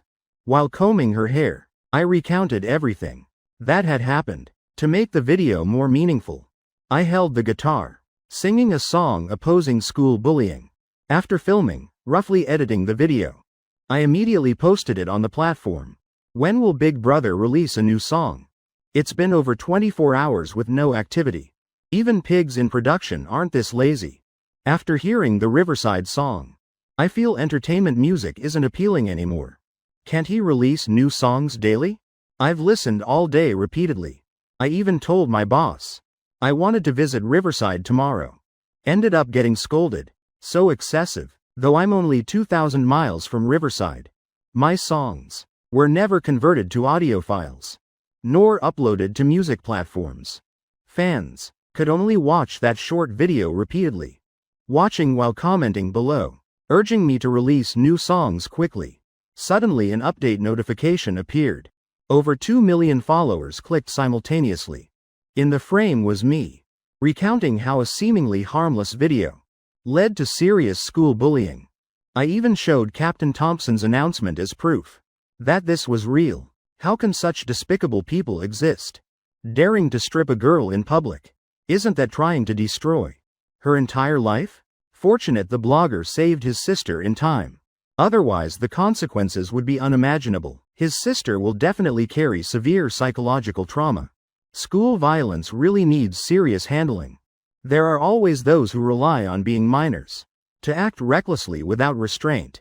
If anyone dared treat my daughter like that, I'd risk my life dragging them to hell. I'm just wondering, why were so many people there? Yet no one stood up to help that girl? Then I picked up the guitar, using a low voice, beginning to sing. You forgot the cold wind once slashed through wounds. You believe no pain, no itch means lifelong peace. Why when seeing snow fall do you want to sing? Why when letting go do tears fall? As this verse played on screen, videos of school bullying victims appeared sequentially. News bloggers also shared widely. Just the atmosphere feels rather heavy. I seem to feel what victims experience. Those children must have been so desperate. Clearly they did nothing wrong. My voice on screen continued. Because we once obsessed over his light. Also because we once endured his decay. People say don't love, yet can't leave. So this life is bitter as a song. The comment section kept refreshing continuously. Truly Brother Lang, too amazing. Blogger, can't you sing happier songs? Life's already tiring enough. Midnight and you make me cry? I feel like I just got bullied by your music. Life's too bitter. Blogger is the bad guy. But can't bear to unfollow you. My room is very dark. The night wind so cold. On the balcony only me. Is anyone beside me? Suddenly the music style in the video changed, becoming more upbeat. Do you want to see flowers bloom? Do you want to see swallows return? If everything can't come back, then who do I exist for? The melody was powerful, yet lyrics still carried vague pain. Only, the story's protagonists seemed to find their direction. Everyone watching the video felt something churning inside, like seeds in their hearts, waiting for heavy rain. Craving to break free from darkness's chains. The song gradually reached its conclusion. Must see flowers bloom, you must wait for swallows to return. Thinking they'll come back, I swear to live for all of it. This song of mine awakened the beast caged in everyone's hearts. They'd endured workplace oppression too long. Life's injuries, until accustomed to enduring. This moment, like everyone shouting inside, Blogger, I'm kneeling. Really too amazing. Looking forward to tomorrow's song. Who just badmouthed Brother Lang? Come out and talk. Life's bitter. But we exist. For those beautiful moments. May I ask if Blogger likes pink sacks? I was once bullied. If back then I had a good brother like you, then now I probably wouldn't be too scared to leave home. At this moment I was lying on the bed with Lily, both eating snacks. Seeing this comment, I clicked reply. Be brave once. Come to Riverside, I'll show you around. As soon as I responded, the entire internet exploded. The blogger really appeared? I just got fired by my boss. Can I come along, sister? Please, remember to photograph the blogger. I'm so curious. By then my pink sack will appear online. Blogger, you must sing every day. The account named Big City Ethan. After the song was posted, followers surged from over 2 million to 4 million. Still trending toward 5 million. Lily lay sideways on the bed, looking at my profile, her eyes welling with tears. Tears falling endlessly. She sniffled, then wanted to burrow into my arms again. Seeing her reddened eyes, I grabbed a wet tissue from the bedside, leaning over to wipe for her. Knock knock. Suddenly 2 knocks sounded. After a brief silence, Summer boldly pushed the door open. Ethan, this is my once-in-a-lifetime request. Chapter 48. And you dare slander? Seeing both people in the room frozen in shock. Lily's face, still flushed with pink. Summer gave a meaningful smile, evaluating them both, then casually sitting beside me. Ethan, that blogger just posted a new video. She turned, resting her head on my shoulder, holding up her phone between us. Let's film something like this too. That way my semester grade will definitely be enough. I felt my elbow clearly touching somewhere soft, while the video on screen, I couldn't concentrate on it all. Lily frowned, unhappily saying, "Fourth sister, I want to watch too." Summer nodded, then reached toward Lily, thus her entire body pressed completely against me. Lily also reached her hand between us. This way, fourth sister, holding the phone will tire your arm less. Summer seemed to awaken. Indeed, high school students' minds are quick. I sighed softly, eyes somewhat suspicious, looking at Lily sitting obediently between us. Feeling something wasn't quite right. I shook my head, guessing I was overthinking. The video ended. Summer's expression darkened. Never expected something like this could happen in Riverside. That girl is truly pitiful. Fortunate the blogger arrived in time. If only I also had a brother protecting me like that. How nice that would be. She exhaled softly, adjusting her mood. Then looking at me, Ethan, plans changed. Let's recreate this video. She suddenly paused, eyes dropping to my clothes. Then looking at the video. What a coincidence. Your pajamas are exactly like that blogger's. She stood up again, looking around my room. Then comparing with the video's setting. Her face suddenly flushed. She pounced forward, directly pinning me to the bed. Grabbing a pillow, hitting my head repeatedly. Great, you dared deceive me. Did you always want to see me laughed at? Lily tried rushing to intervene, but was also pushed onto the bed by Summer. She shouted, "You also conspired with your brother to deceive me?" Hateful. I quickly pulled Lily into my arms, yelling, "Hit me if you're hitting." Summer's pillow was extremely soft. Hitting people only felt gentle, not painful at all. Lily's face flushed red, her hands originally covering her chest. Suddenly bravely reached back to hug me. After a chaotic struggle, Summer finally sat up off me. I also realized this position was rather strange. After all, both were lying on the bed, while I was pressing down on Lily. Summer quickly pulled me up, then hugging Lily lying on the bed, her face red as beets. Summer said indignantly, "How pitiful, bullied outside by others. Coming home still oppressed by your brother. My poor seventh sister." I scratched my head embarrassed. Lily truly had lived in that situation before. "Brother didn't bully you," she whispered in protest. Summer helped smooth her hair. Then turning to me, "What do you plan to do next?" "Though Mom and Dad haven't accepted seventh sister. But we Carters can't let her be bullied like this." I nodded. Speaking up, those who bullied Lily today were all arrested by Captain Thompson's unit. As for those spreading rumors online, I made clear in the video, giving them 3 days to come forward with corrections and apologies. Ms. Quinn already preserved all evidence. If they don't post videos by deadline, we'll sue legally. Summer nodded. Then her eyes suddenly brightened. Then remember to have your fans follow me. This semester I won't need to attend class and still pass. My mouth twitched twice. Is studying just for credits? Not for knowledge? Summer rolled her eyes. At least I got into college on my own. While you, Mom and Dad paid for high school. I opened my mouth, but didn't know how to refute. After all, the original owner truly was worthless. Lily sat in Summer's arms, watching me get shut down. Couldn't help but laugh. My video spread extremely fast, especially the anti-school bullying theme.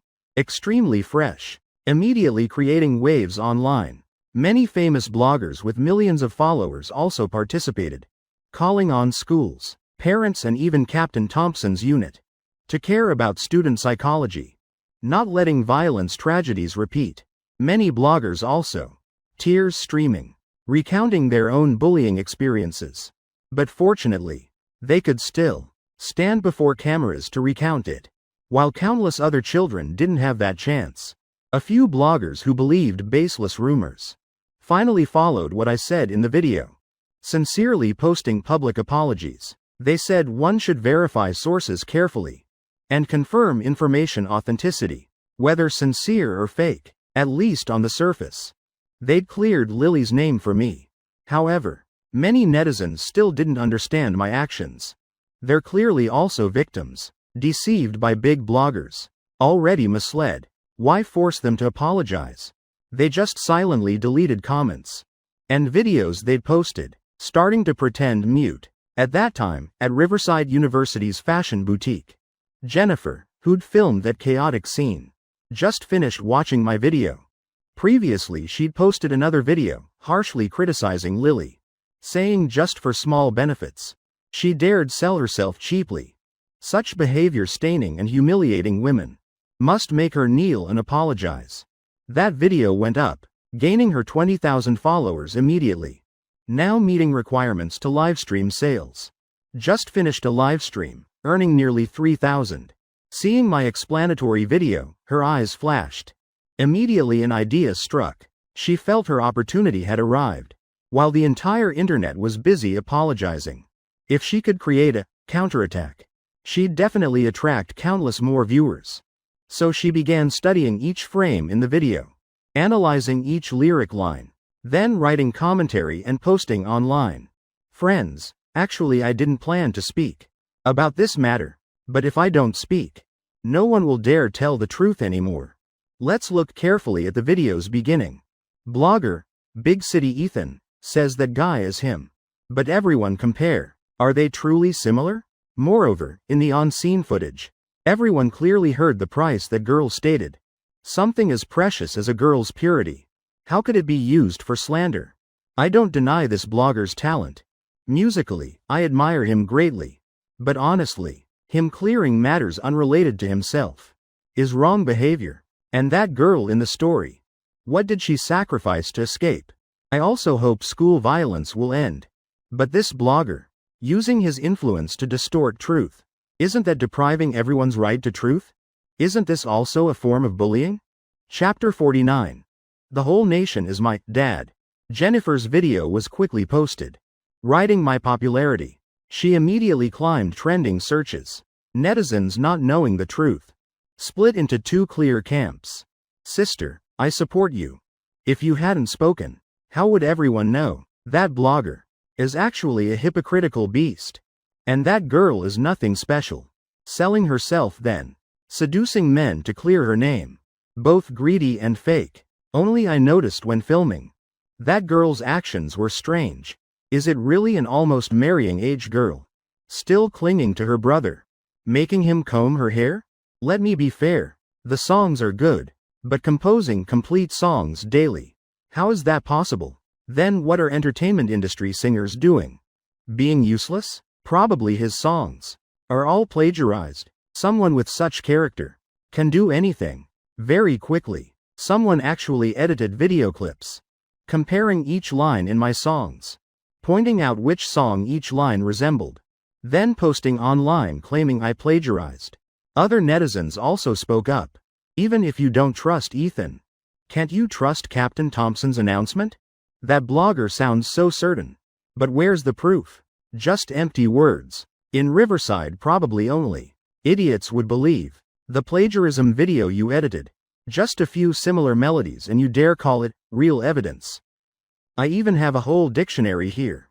Why not say he plagiarized the dictionary too? Seeing fierce rebuttals, those netizens got angry again. Captain Thompson's announcement only said that girl suffered school bullying, but didn't prove she was innocent. She did that, then got bullied. Isn't that deserved? You want to study with that kind of person? Exactly. Don't you men all like that type of girl? Under this comment, many people echoed. Heaven as witness, I swear never to share the sky with such people. Jennifer watched followers skyrocket, nearly reaching 100,000. Inside she was ecstatic. With 100,000 followers. Just accepting one ad monthly. Already living better than workers all year. Even without ads, just opening a few live streams would earn tons of money. As for that slandered girl, who could guarantee she was truly innocent? At most she'd post an apology video later. After all, she only stated her own speculation. Never confirmed that girl actually did anything. Everything was netizens' imagination. Even if things died down later, over time, everyone would quickly forget everything. As for me, I was helping Mr. and Mrs. Carter with massages. Mom, Dad, why'd you return so late today? Mrs. Carter closed her eyes, groaning comfortably. My Ethan is so much better now. Previously at this time he'd still be out playing. Now not only coming home daily, but caring about parents working hard. Mr. Carter also nodded in agreement. Our boy just developed slower than others. Playing enough, he'll naturally mature. Mrs. Carter wiped her slightly moist eyes. Then huffing toward Summer. When will you be like Ethan? Both eldest daughters, yet still refusing to grow up. Mom, I'm still here, Summer said indignantly. She sat on the sofa beside them. Both feet propped against each other, sitting cross-legged casually. She glanced at me resentfully. As if just betrayed. Clearly both were troublemakers before. Yet I suddenly changed, becoming diligent. Making her look more thoughtless. Mom's speaking for you to hear. At marriageable age, yet sitting without any ladylike manner. When your age? Mom already gave birth to your second sister, Mrs. Carter said coldly. Summer shrank back, quickly closing her legs, sitting properly on the sofa. Mom and Dad still haven't told me why you returned so late today. I asked again. Mr. Carter sighed. Projects in Riverside are almost complete. If the corporation wants further development, must expand to other cities. Recently projects in those places encountered some trouble. I nodded understanding. Carter Corporation was very large, but real influence was only limited to Riverside and surrounding areas. Expanding to other cities was like stealing others' food, being obstructed by local forces. Creating difficulties was normal. Mom, Dad, we're already so rich. Why not go elsewhere to enjoy comfortably? Why find trouble ourselves? Summer interjected. Capital's nature is profit-seeking. If unprofitable, it'll eventually be eliminated. For example, if other cities all raise worker wages, only Riverside stays the same. Who'd want to work here anymore? I added my thoughts. Mr. Carter looked at Mrs. Carter in shock.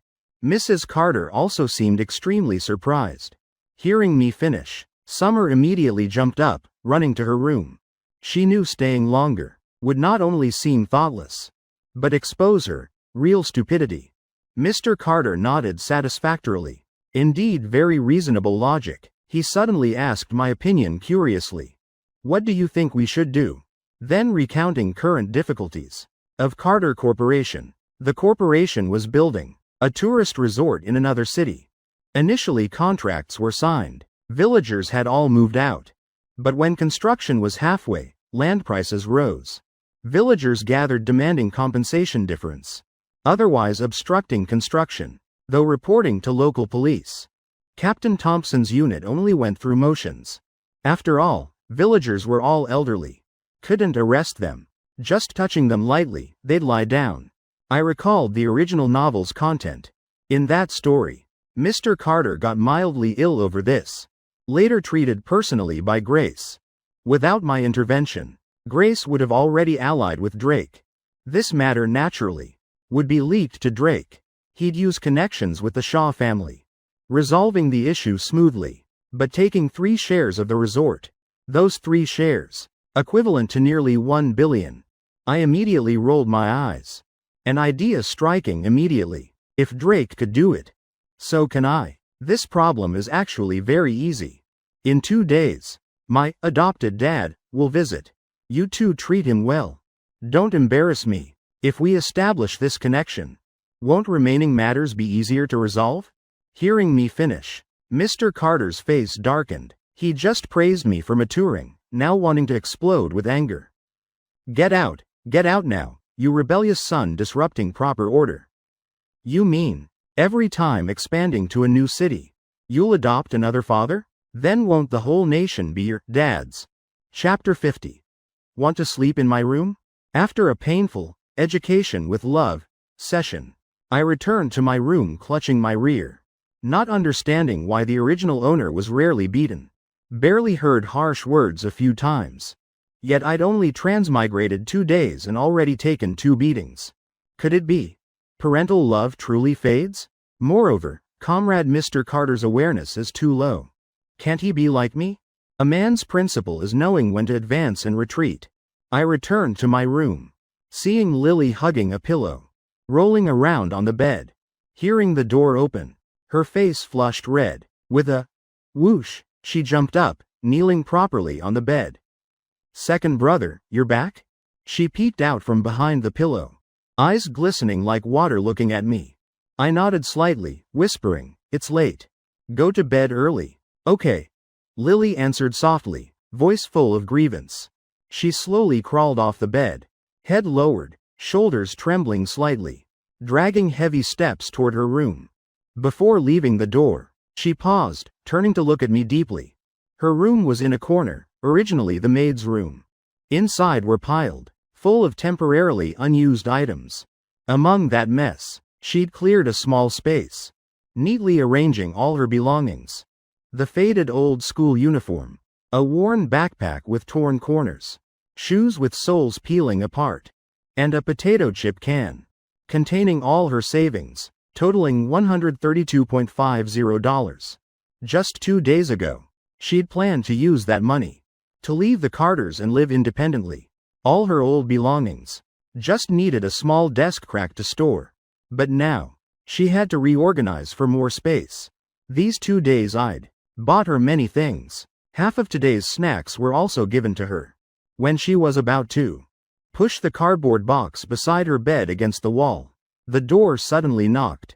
Lily approached suspiciously to open it. Since she'd come to the Carters, besides the maid, no one had ever entered her room. I scratched my head, standing awkwardly outside the door. When I saw you leave the room, I felt something was wrong. I'm afraid you haven't recovered from this morning's mood. I vaguely remembered hearing somewhere. People who've been bullied need comforting. Otherwise they easily overthink. Even might end their lives. Sensing the concern in my words, Lily's eyes immediately reddened, tears falling continuously from her eyes. Oh, why are you crying? You shouldn't cry. You should smile. Now you have a brother who cares. You should be happy. She thought silently. But the more she thought this way, the more tears fell. She kept wiping away tears. I grabbed Lily's wrist, pulling her into my arms. I didn't know how to comfort girls. Just felt at this moment she needed a shoulder to lean on. I sighed in relief silently. Lucky I noticed earlier. This little one was off. Otherwise, she'd be under the blanket now, crying alone. I tilted my head slightly, curiously looking around Lily's room. Couldn't help frowning. The Carter family's maid room, compared to my rental before transmigrating, was much better. But compared to my current room, the difference was significant. How about sleeping in my room? I hesitated a long while before speaking. Then, what about you? Lily sniffled, voice choking, her cheeks gradually reddening. Images of my large bed flashed through her mind. Big enough for two to sleep together.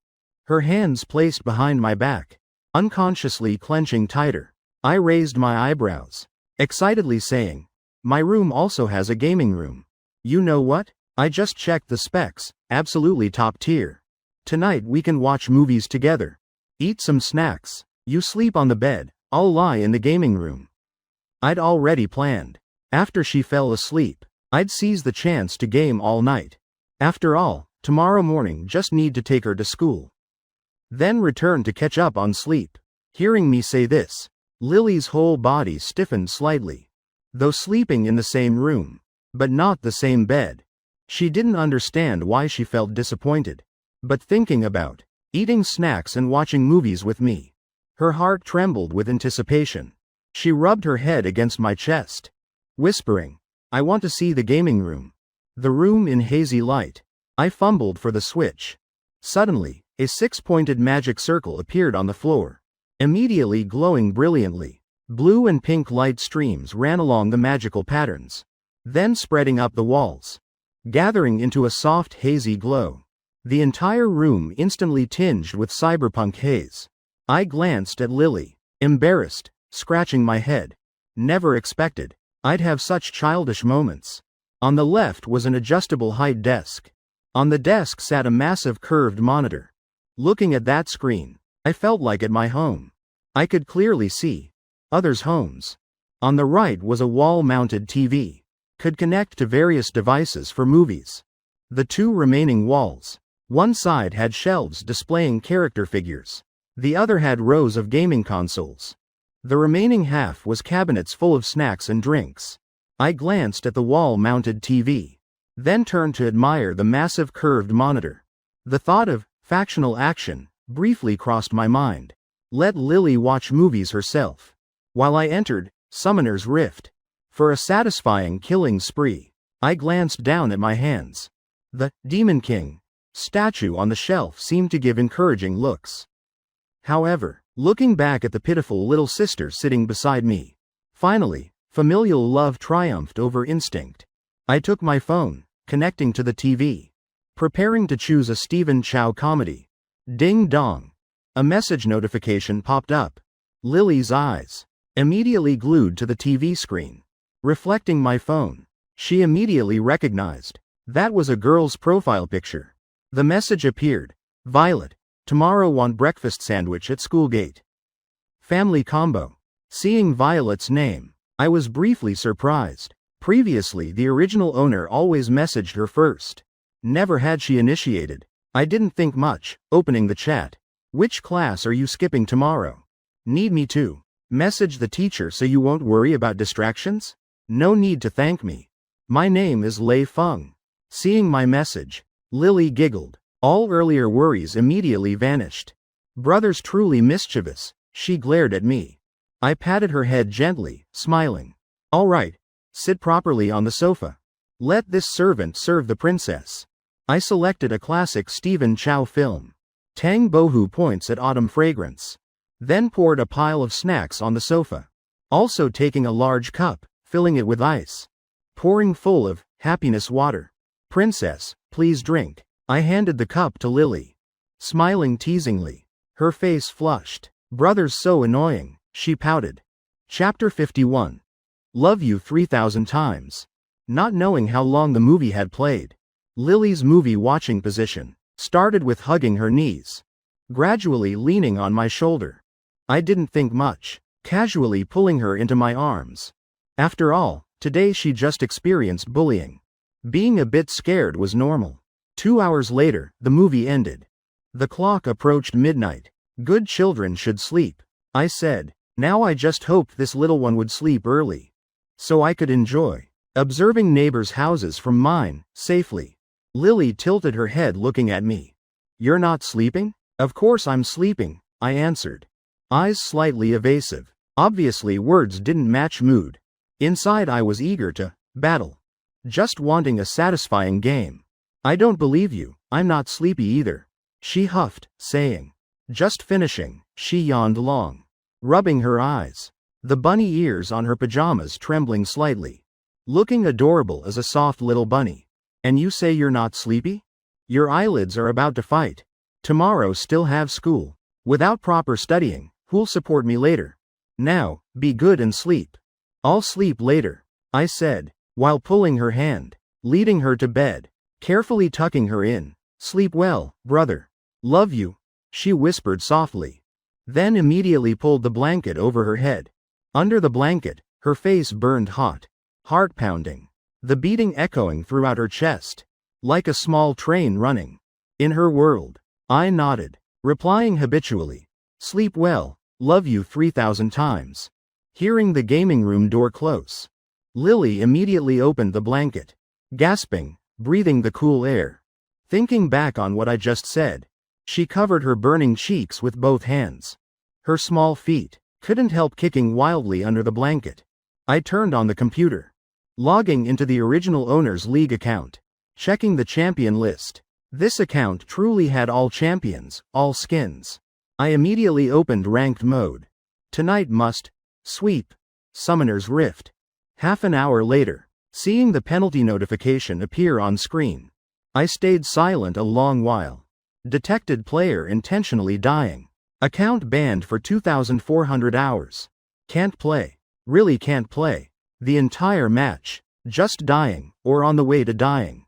I sighed deeply. A silver IV player.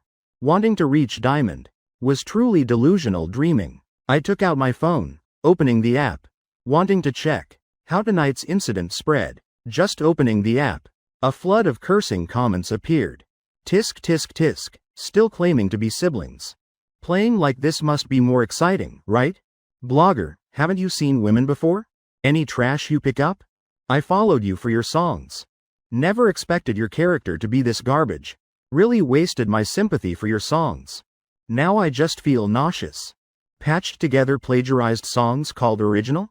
His patching skills are so good. Why not become a tailor? I frowned, confused. Are these people sick? Nothing better to do than curse me? I curiously scrolled through videos.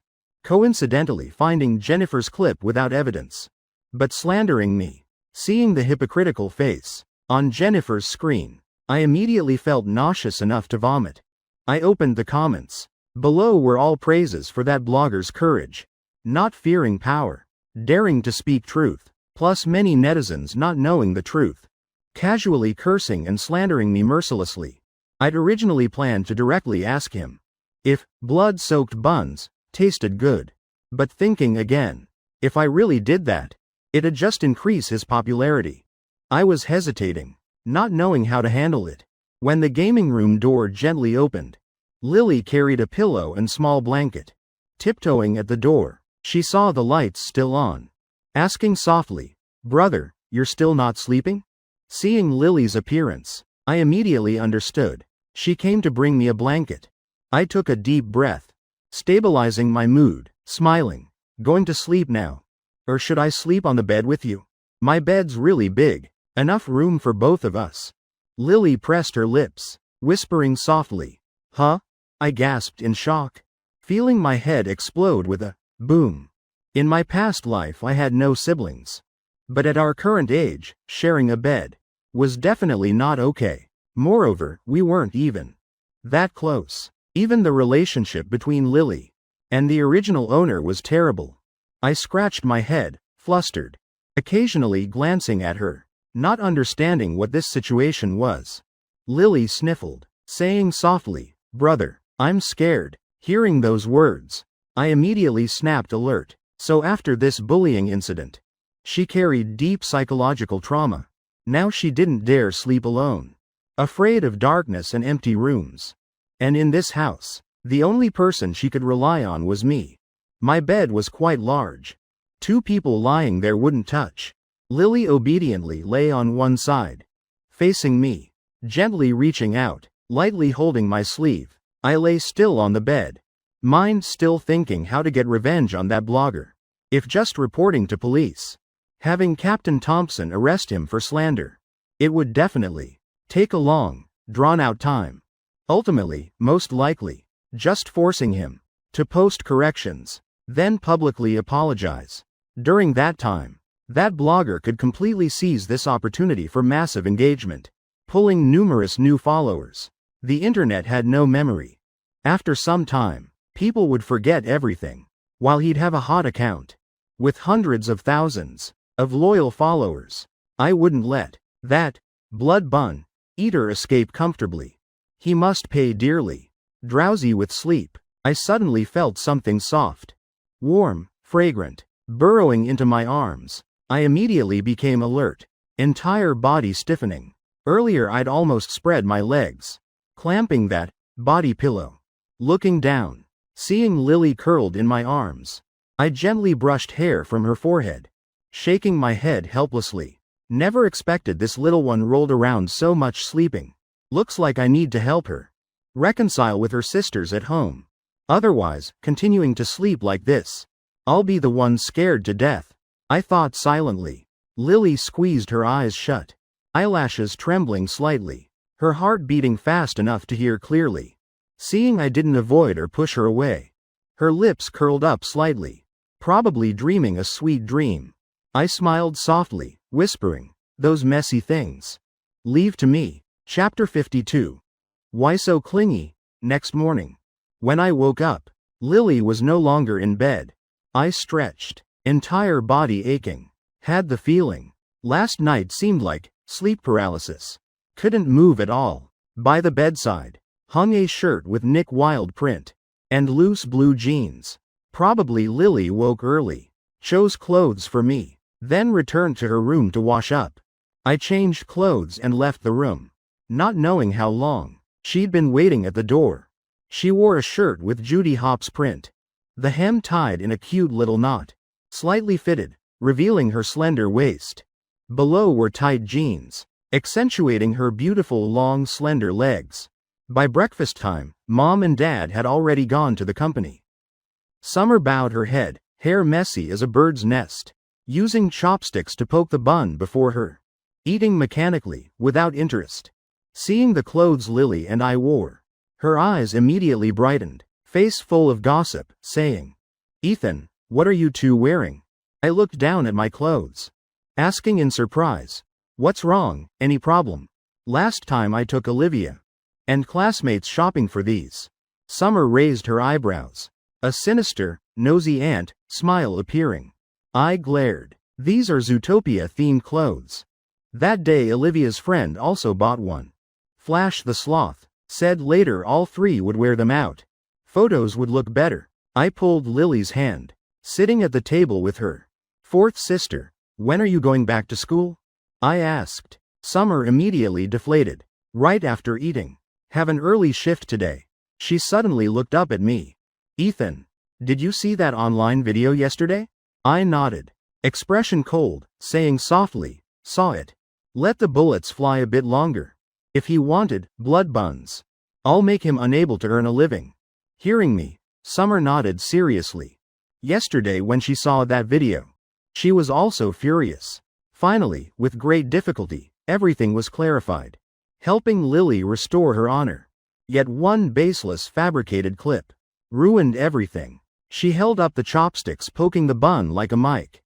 Pretending to interview me. May I ask, Ethan, facing such slander, what do you plan to do? I bit into the bun she offered. Then cleared my throat, my scripts ready. I turned, looking at Lily with lowered head, eating bun in small bites. As for the female lead, I asked, are you ready to take the stage? Lily was still dazed, not understanding. Still looking down. At Judy hops on her shirt. Suddenly asked by me. She looked up, confused. Then silently offering the bun in her hand to my mouth. I was so frustrated I bit the bun. Never expecting Lily thought I was craving her bun. But that bun was only half left. Oh, that's not right. She lowered her head. Face red as an apple. Then sipping milk softly. I scratched my head embarrassed. Eyes looking at the remaining food. Summer glanced at us. Lips curling up. Had the feeling these two made people want to ship them. After breakfast, the three of us, all prepared for school, passing the school gate. Lily saw the breakfast sandwich stall.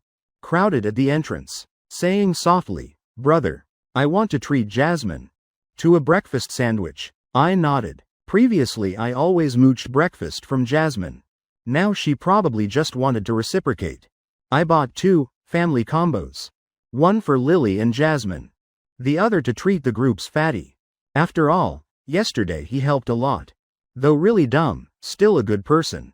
Entering class. The breakfast sandwich aroma filled the room. Jasmine waved at Lily. Your seat's here. I looked at her seat. Conveniently to the right of mine. Lily sat down excitedly. Starting breakfast with Jasmine. I glanced around the room. Discovering Fatty hadn't arrived yet. So placed the remaining sandwich on the desk. Ethan really pisses me off. Yesterday I clearly messaged him I wanted breakfast sandwiches. Yet he asked which class I'm skipping. Even said he'd message the teacher for me. Violet complained indignantly to her best friend Emily. Emily kept nodding. Girl, you're too nice. Yesterday he secretly followed you to your neighborhood. Deliberately bringing 2 other girls to provoke you. If it were me, I'd have cut him off. Yet last night you still initiated conversation. Giving him a way out. Yet he still won't apologize. You're pretty, smart, and so kind. Someone like Ethan doesn't deserve you. Violet nodded angrily, secretly deciding never to initiate messages to Ethan again. Just entering class. Emily immediately smelled the breakfast sandwich aroma. Curiously looking that direction. Seeing right on my desk. A large steaming breakfast sandwich. She laughed mockingly. Looks like yesterday he was just being stubborn. Today still bought breakfast sandwich for you. Plus he didn't have someone else buy it. Probably he's regretful. Violet just snorted coldly. He thinks just personally buying me breakfast once. I'll easily forgive him? She walked straight to my desk. Slamming her hand down hard. Noticing Violet approaching, Lily quickly pulled her chair. Sitting close to me, eyes wary, looking at her unfavorably. Violet glanced at Lily, frowning slightly, voice mocking. This vixen, why's she still clinging to class? He clearly said he likes me. You're just tools, understand? Don't see that other girl also gave up? Why are you so shameless? She suddenly seemed to understand something. Nodding, voice disdainful, right. Besides the rich young master title. What else does Ethan have? For people like you, as long as there's money. Even 60, 70-year-old men won't be spared. I yawned long. Annoyed, looking up at her. Are you clingy as sticky candy, won't come off? Violet snorted. You think you're funny? I'm giving you 3 minutes. Say whatever you want quickly. I turned to look at Lily, asking softly. What should I say now? She shook her head, then offering the remaining half sandwich to my mouth. Brother, I can't eat anymore. Shouldn't waste it. I pouted. Next time I won't buy this big. I took the sandwich, eating while talking. Suddenly pausing, looking at the sandwich. No wonder this place is so crowded. Even the last bite still has so much filling. Violet's eyes began reddening. She stood angrily before me, watching our intimacy, feeling like a complete clown. Just then, Mason walked past me. I casually patted his butt, then handed him the remaining sandwich. Reward for you. Mason accepted, stunned. Really, Godfather? Chapter 53. Which door did God close for her? Seeing me give the sandwich to Mason, Violet's tears immediately overflowed. Ethan, you've gone too far. After speaking, she turned and ran to her seat, head down on the desk, shoulders trembling in waves. Looking utterly aggrieved, Mason glanced at Violet, snorting contemptuously. Inside he had no goodwill for this type of girl who took brother Ethan's money, yet spoke harsh words. He looked at Lily. Brother Ethan, your sister transferred to our class today? I raised my eyebrows. My biological sister, I corrected. If calling her, use her full name, Lily. No nicknames. Just tell me if you need anything from her. I'm her manager. Mason shrugged. All right. Respecting you for this breakfast. Today I'll listen to Lily. Lily, hearing this, smiled slightly, nodding in greeting. That morning, with new transfer students, the homeroom teacher let Lily briefly introduce herself to the class. I noticed the knot at her shirt hem had been undone, the loose shirt completely hiding that proud figure. Still, her gentle face and cool temperament, though her voice was cool during introduction, still left listeners dazed. Student Lily, since enrollment, has consistently ranked first in her grade. Hope everyone learns from her to work harder, the homeroom teacher added. Hearing this, the entire class gasped in shock. Huh, she's the top student? Don't top students have to wear thick glasses and greasy hair? How can she be both smart and beautiful? Which door did God close for her? Oh no, I think I've fallen for her. Violet frowned, eyes looking at Lily with jealousy. She'd originally thought Lily was just a vixen, clinging to Ethan. Never expected she was smarter than herself. She turned to glance at me. I was slumped over the desk, eyelids drooping. She shook her head disdainfully. Truly useless. Even I don't like him. Much less Lily, who's better than me. Now she was more convinced. Lily was just someone I hired to provoke her. The homeroom teacher clapped twice, signaling Lily to return to her seat. Then starting class. Just hearing, study. I immediately became hypnotized, collapsing on the desk. In drowsy sleep, I felt someone gently touch my cheek. Brother, school's out. Lily's soft, sweet voice rang out. I yawned long, stretching hard, groggily looking around, still looking sleepy. Lunchtime already? I asked in surprise. Lily smiled, hooking my arm. Yes, brother, let's eat together. I rubbed my eyes, then turning to Mason. Let's go, sworn brother, Godfather's treating today. I looked at Jasmine. Come on, let's have a feast. Riverside High's cafeteria had 2 floors. First floor for students, second floor for teachers. Principal Howard, to ensure student meal quality, stipulated that all teachers and students ate the same type of food. Teachers would get meal trays on the first floor, then bring them to the second floor to eat. Just entering the cafeteria, Mason proactively said, Brother Ethan, you and everyone go find seats first. Let me queue up. Just then, Violet walked past us. She looked at me then commanded loudly, Ethan, I want my usual dishes. After ordering, bring them to my table. Today I'll allow you to sit across from me. I looked at her suspiciously, but still smiled, nodding. All right, I'll bring it over. Violet glanced at Lily, eyes full of provocation, like declaring ownership. Hearing that, Mason sighed, thought brother Ethan finally escaped those 2 Violet bowls. Never expected just being allowed to sit across from her. You fell back into the trap. Brother Ethan, just sit first. I'll get her portion too. Lily lowered her head, face showing a flash of sadness. She hugged my arm tighter. Brother, let me queue up, she said softly. Not letting brother queue himself was the only way she could think to save face for me. I tugged Mason's shirt gently, smiling. With our status, why should we queue? I told everyone to wait here. Then walked straight to the service counter. Mason swallowed, staring dumbfounded at my figure. Truly worthy of my brother Ethan. Thick-skinned beyond comparison. No, should say aura reaching the skies. Among so many people, yet daring to cut to the front. Surrounding students all stared wide-eyed, seeing me casually walk straight to stand at the front like nothing happened. No one thought in school someone would dare do that. Hey, you there, are you cutting in line? Which class are you? Everyone's queuing properly, don't you see? Truly shameless. Ma'am, don't serve him. Otherwise we'll report directly to the principal. The server frowned, speaking sternly. Student, don't delay others. Go queue up properly. I didn't care what they said. Looking up, calling loudly toward the kitchen. Chef Lou, 4 dishes 1 soup, bring to the private room. The chef named Lou poked his head out of the kitchen.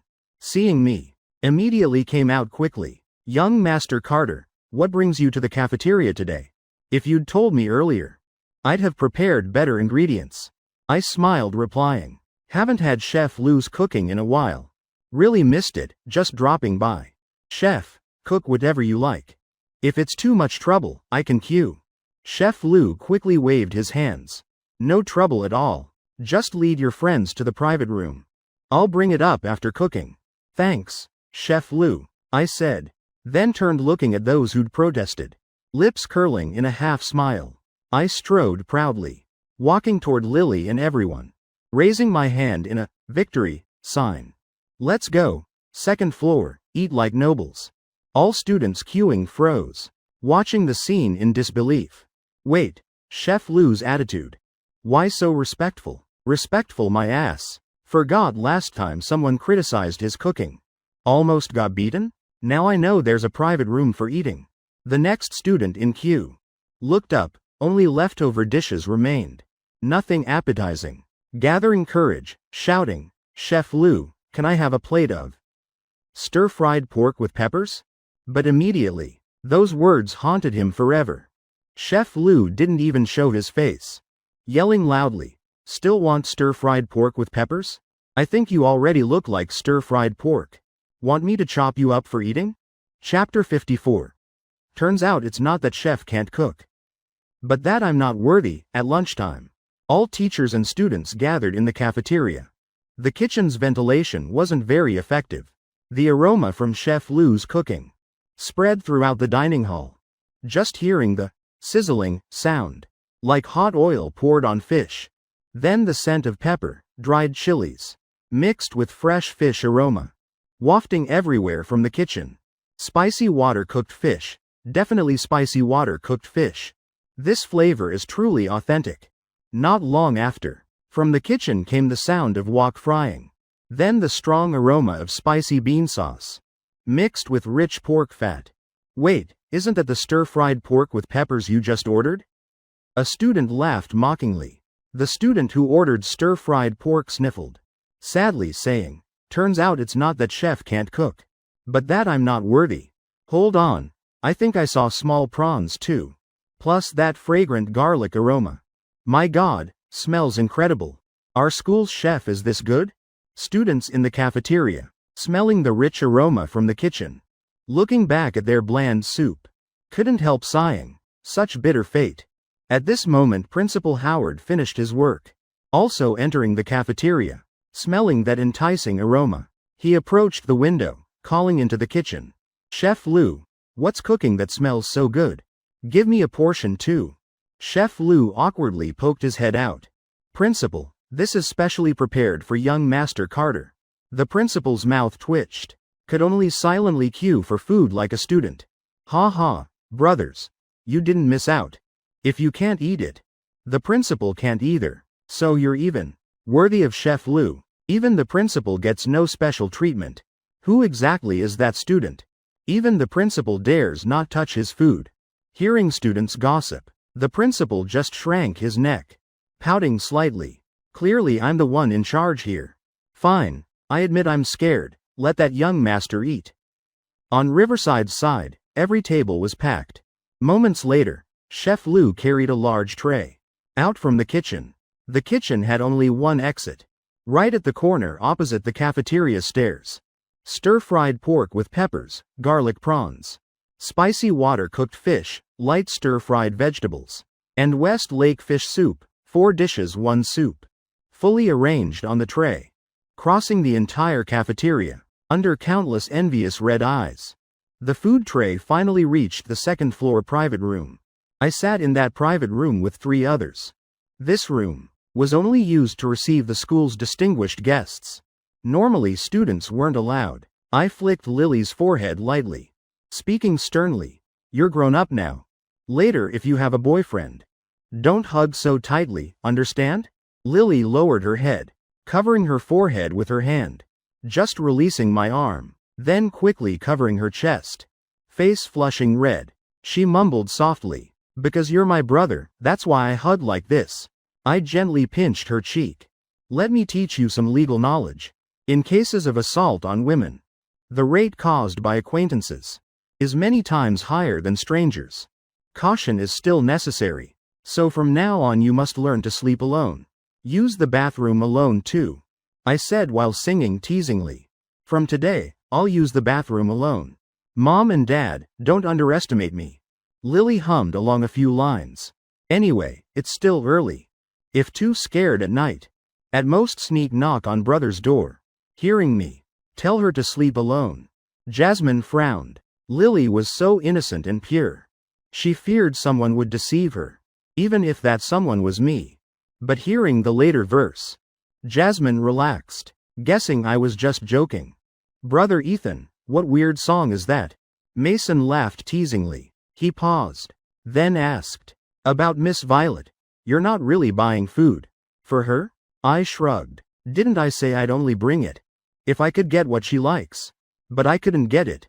Forget it, she won't starve just because I didn't help buy food. Lily laughed. Brother, you're getting worse. I patted her head. This afternoon I have to see patients, Auntie and that old man. Stay good at school, understand? I looked at Mason. Eat plenty at lunch. If anyone causes trouble, call me. I'll come back and deal with that bastard. Mason thumped his chest guaranteeing. Godfather, rest assured, leave it to me. Lily pressed her lips, softly answering, yes. I smiled. Study hard. Don't be like me, playing around not studying. Just spending parents' money. Even dreaming of little sister earning money for me. Understand? Lily nodded repeatedly, smiling. Later when I earn money, I'll give it all to you. Suddenly remembering something, she suddenly looked down at her feet. Then asking softly, brother, does that count as me supporting you? I nodded repeatedly, of course it counts. Hearing her words, I felt my heart strangely light. Worth it. All my pampering of Lily. Finally seeing some results. Just then, the private room door opened. Chef Lu brought each dish to the table. Young Master Carter, if not enough, just tell me. Whatever else you want to eat, just say. Chef Lu smiled. I nodded. Then turning to everyone. Chef Lu's cooking is top tier. Today everyone's truly blessed. I looked at Chef Lu. Then asking, Chef Lu, I remember your granddaughter Gia is starting elementary school, right? Haven't seen the little one in a while. Chef Lu sighed, shaking his head. She doesn't have local registration. Has to study back home. I'll probably work 1 more month then return. My granddaughter alone back home. I'm not at ease. I thought briefly, then asking, what about Riverside Elementary number 2? That school's near ours. More convenient for you to care for her. Hearing me, Chef Lu's eyes immediately reddened. For his granddaughter's schooling, he'd run around countless times. Even begged the principal. But the registration issue had no solution. He looked around the room, finding a beer bottle in the corner. Young Master Carter, I don't know what to say. He used his teeth to pop the cap. then tilted his head back, draining it. Chef Lu, what are you doing? I said helplessly. When the time comes, tell Gia to prepare. Take the entrance exam at elementary number 2. If she passes, she can stay. Otherwise she won't keep up. If I force keeping her, it'd only harm her. Chef Lu nodded vigorously. Gia will definitely pass. She's very smart. If she doesn't pass, I absolutely won't dare trouble young Master Carter again. I nodded, waving at Chef Lu, looking at the food before me, then watching his departing figure. I couldn't help sighing inwardly. Money truly is wonderful. What others struggle with, spending so much time unable to accomplish. Just one sentence from me can solve everything. I patted Lily's head, gently instructing. Later must study diligently. Keep improving. Don't think random thoughts. Your heart's already weak. Just keep several $100 billion in the bank. Live a simple, peaceful life. Chapter 55. Maybe he truly doesn't know. Don't think messy thoughts. Lily froze, tilting her head looking at me, then shaking her head slightly. Inside thinking, maybe he still hasn't realized. I looked at her. Silly expression. Also just shook my head. So foolish, Lily. Just peacefully be the little princess of the Carters. Don't dream of stealing my wealth and glory. Lily used chopsticks to pick up a small prawn, sucking some sauce then offering to me. Brother, peel it for me. I took the prawn, skillfully peeling the shell, then dipping in sauce again, placing in her bowl. Thank you, brother, Lily said, voice sweet as honey. Looks like brother truly doesn't know, she thought. A while later, all 4 dishes and soup were completely clean. Even the prawn sauce was mixed with rice by Mason and eaten. Brother Ethan, I never expected our school's Chef Lu could cook this well. Flavor was amazing, he praised. I nodded. Chef Lu was originally a star hotel chef, only because he wanted to stay and care for his granddaughter. Did he quit that job? Otherwise, in Riverside, which school cafeteria beats ours? After the filling lunch, everyone went to wash hands together. Brother Ethan, I'm going to pee. Mason raised his eyebrows. Go ahead, I said while entering the restroom. Mason leaned close, whispering, Brother Ethan, your sister's amazing. You don't know, while you slept at noon, over a dozen guys asked for her contact info, even guys from other classes. I frowned. Did she give it? Mason shook his head. No. Face cold as ice. Didn't talk to anyone. After school just sat doing homework alone. I'm guessing that's why before she got bullied. But you 2 siblings have great chemistry. I saw her occasionally sneaking glances at you. Plus when beside you, she smiles and talks naturally, much cuter. I glanced warily at Mason. Why are you observing so carefully? Don't even think about it. I won't approve. Mason pouted. Forgot I sit right behind you 2? Think I don't know? During class you even opened the app watching those girls in black dresses. I looked at him with disgust. Why not watch the board but watch my phone? Now I understand why you never improve. To motivate you to study harder. This afternoon I'm getting a privacy screen protector. Hearing that, Mason's smile vanished. Hey, brother Ethan, you're such a bastard. Thought you'd study properly. Never expected what she thought was how to guard against me. I raised my eyebrows, smiling. Studying hard? Sounds like I'm talking to my brother. Are you guys done? Lily's clear voice rang from outside the restroom. My whole body trembled slightly. Thinking carefully, Lily's voice was truly sweet. Exactly like a gentle little girl. I thought briefly, when Lily talked with Rachel. And Jasmine too. All had the exact same tone, combined with her usual intimate actions. Last night scared, demanding to sleep together. A flash of understanding struck me. Suddenly comprehending everything. Lily, this little girl, could she see me as her best friend? I sighed softly, helplessly shrugging. As long as I could monitor her. Even if she saw me as her best friend. I didn't mind. After lunch, I bid farewell to everyone. Lily lingered reluctantly, gently tugging my sleeve, softly asking, Brother, will you pick me up tonight? I nodded, patting her head. Sister, rest assured. After school, go study with Rachel first. I'll bring some food. Have Auntie cook for you both. Tonight we'll film videos at school. Lily nodded. Brother, be careful driving. I glanced at Mason and Jasmine. Softly instructing. She's in your hands. If anything happens, call me. I'll return immediately. After all, I just treated them to a lavish lunch. Both nodded vigorously.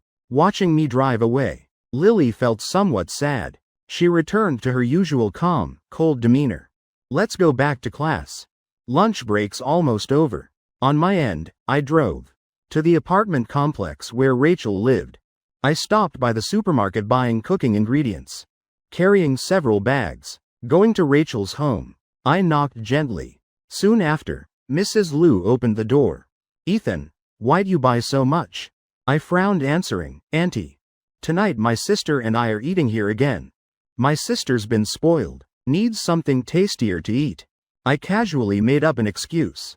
Then sneaking glances around, discovering Lily wasn't nearby, I sighed in relief. A top-ranked honor student I'd slandered as a poor student. Now adding the crime of being spoiled. Mrs. Liu nodded. After all, Lily and I were from wealthy families. Eating fastidiously was normal. Auntie, we get out around 6 p.m. Please cook a meal for us then, I said, while entering the kitchen, storing all the ingredients in the fridge, taking the chance to glance at the table. On it, only leftover food from yesterday, and a small dish of pickles. When I stepped out of the kitchen, Mrs. Liu sat on the sofa, looking worried. The TV across from her was on, but stopped at the channel selection screen. No program playing. Seeing my gaze, Mrs. Liu said embarrassed, Ethan, I'm so clumsy. Like a pig. This morning just wanted to watch TV. Tried forever but couldn't turn it on. Today you need acupuncture again, right? Let's start quickly. Don't waste your time. I took a deep breath, shaking my head. Auntie, let me teach you to use the TV first. No need. How can I waste your time? Tonight have Rachel teach me. Mrs. Liu declined, but I insisted, step by step showing her how to operate. Over half an hour later, finally Auntie could find programs she wanted on TV. Seeing her face both excited and slightly embarrassed, I felt truly accomplished. Auntie, I know some bakeries. Evenings they don't sell all their bread and milk. They throw everything away. When the time comes, I'll tell them to bring a few portions daily. Seeing Mrs. Liu about to refuse, I continued, ingredients kept overnight. We can't sell them. Otherwise it affects reputation. We'll lose customers. Actually only slightly less fresh. They're being thrown away anyway. You don't mind, do you? Mrs. Liu kept shaking her head. Thinking of them this way. I don't know how to thank you enough. She looked at me more carefully, sighing softly, thinking children's matters should let them handle themselves. All right. Tell the staff to bring it conveniently.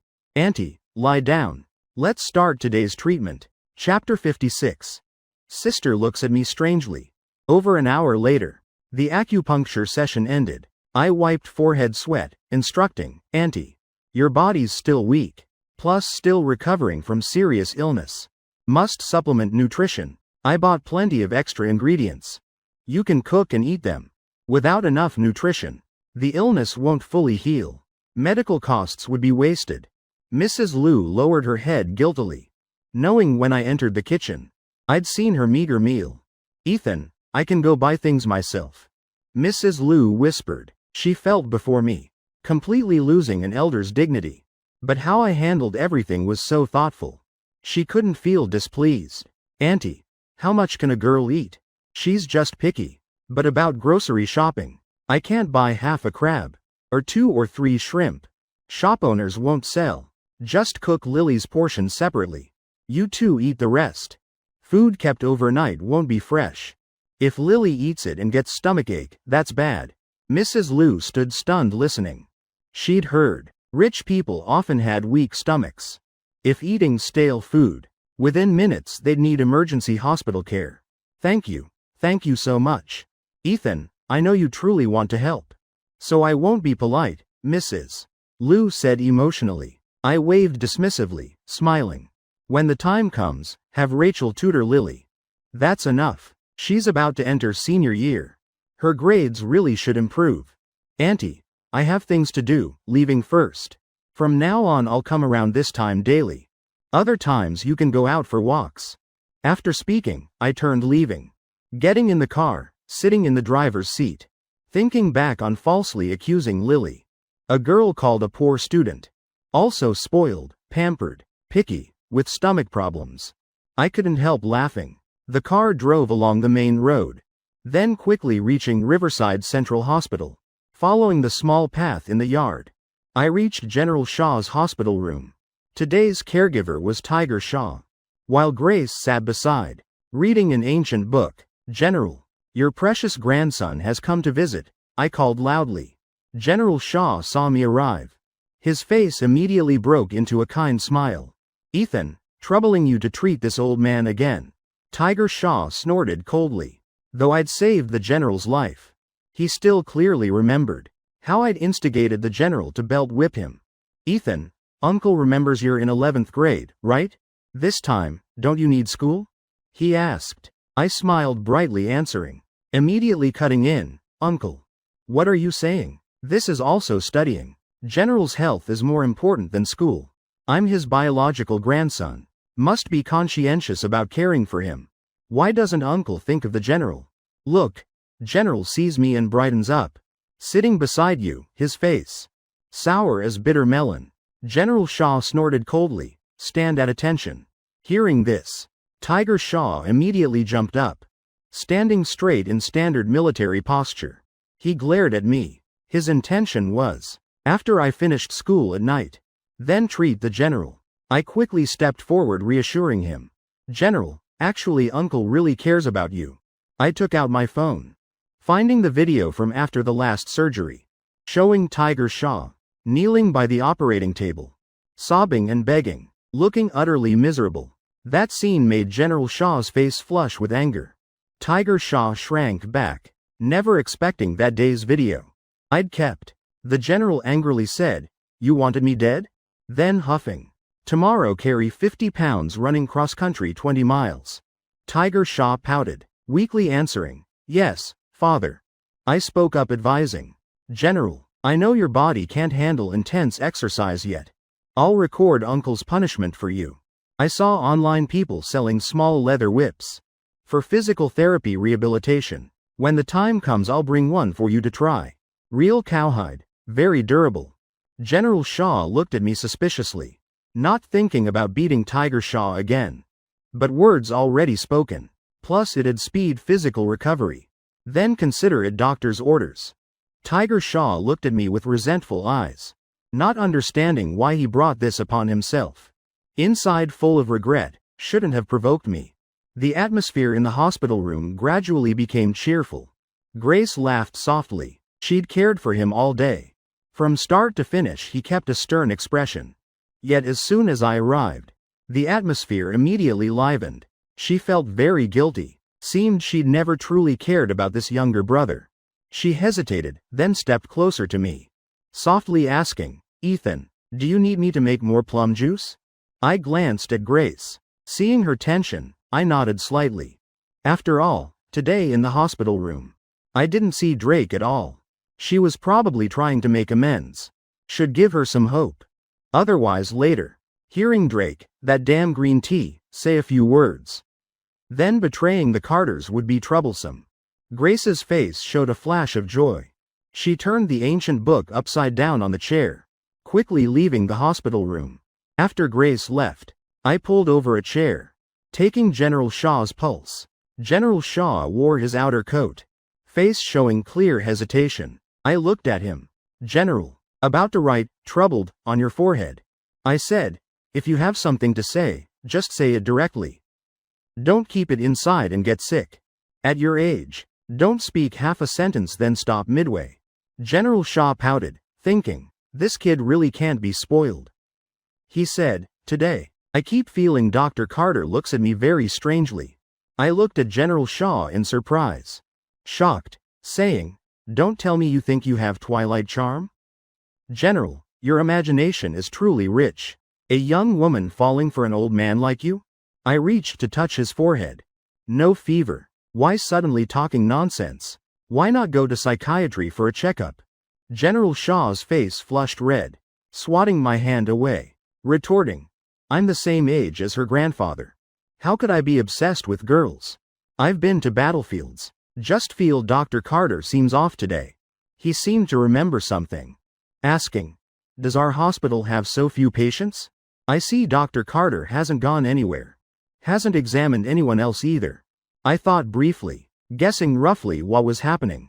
Probably related to Grace. In the original plot, she'd almost killed General Shaw with acupuncture. Then for a long time didn't dare practice anymore. Though I'd changed the story's progression, Grace still nearly caused disaster for General Shaw. So now certainly she had severe psychological trauma with needles. In the story, Grace was extremely stubborn about medicine. She had fierce faith in traditional medicine. Therefore, the person who helped her overcome psychological demons, Drake, became in her heart someone second only to traditional medicine. As for her looking at General Shaw today, probably just trying to overcome her own fear. Chapter 57. Great grievance, just thinking of Grace. I felt a headache coming. Actually being scolded, I didn't really care much. After all, Grace scolded the worthless former owner, not me. What did it have to do with me? However, after scolding someone, usually give a few million to make peace. Yet Grace only gave me a few packets of plum juice. This kind of disrupting market rules. How could I easily agree? Those hair salon and clothing shop owners outside, aren't they all idiots? But when would Grace understand? A few concerned words don't equal a large sum of money? Well, I didn't know what to do either. From now on, every morning still have to take Lily to school. Afternoons still have to spend time letting Grace compensate me with these packets of plum juice. No idea how long I'd have to keep drinking them. General Shaw would be discharged in 2 more days. When that time came, I'd have no reason to visit the hospital anymore, leaving Grace with those psychological demons. If exploited by Drake or others, sooner or later would become a major disaster.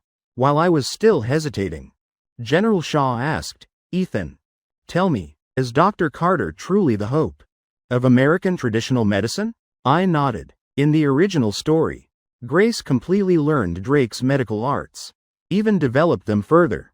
With her own strength, she pushed the entire traditional medicine field forward.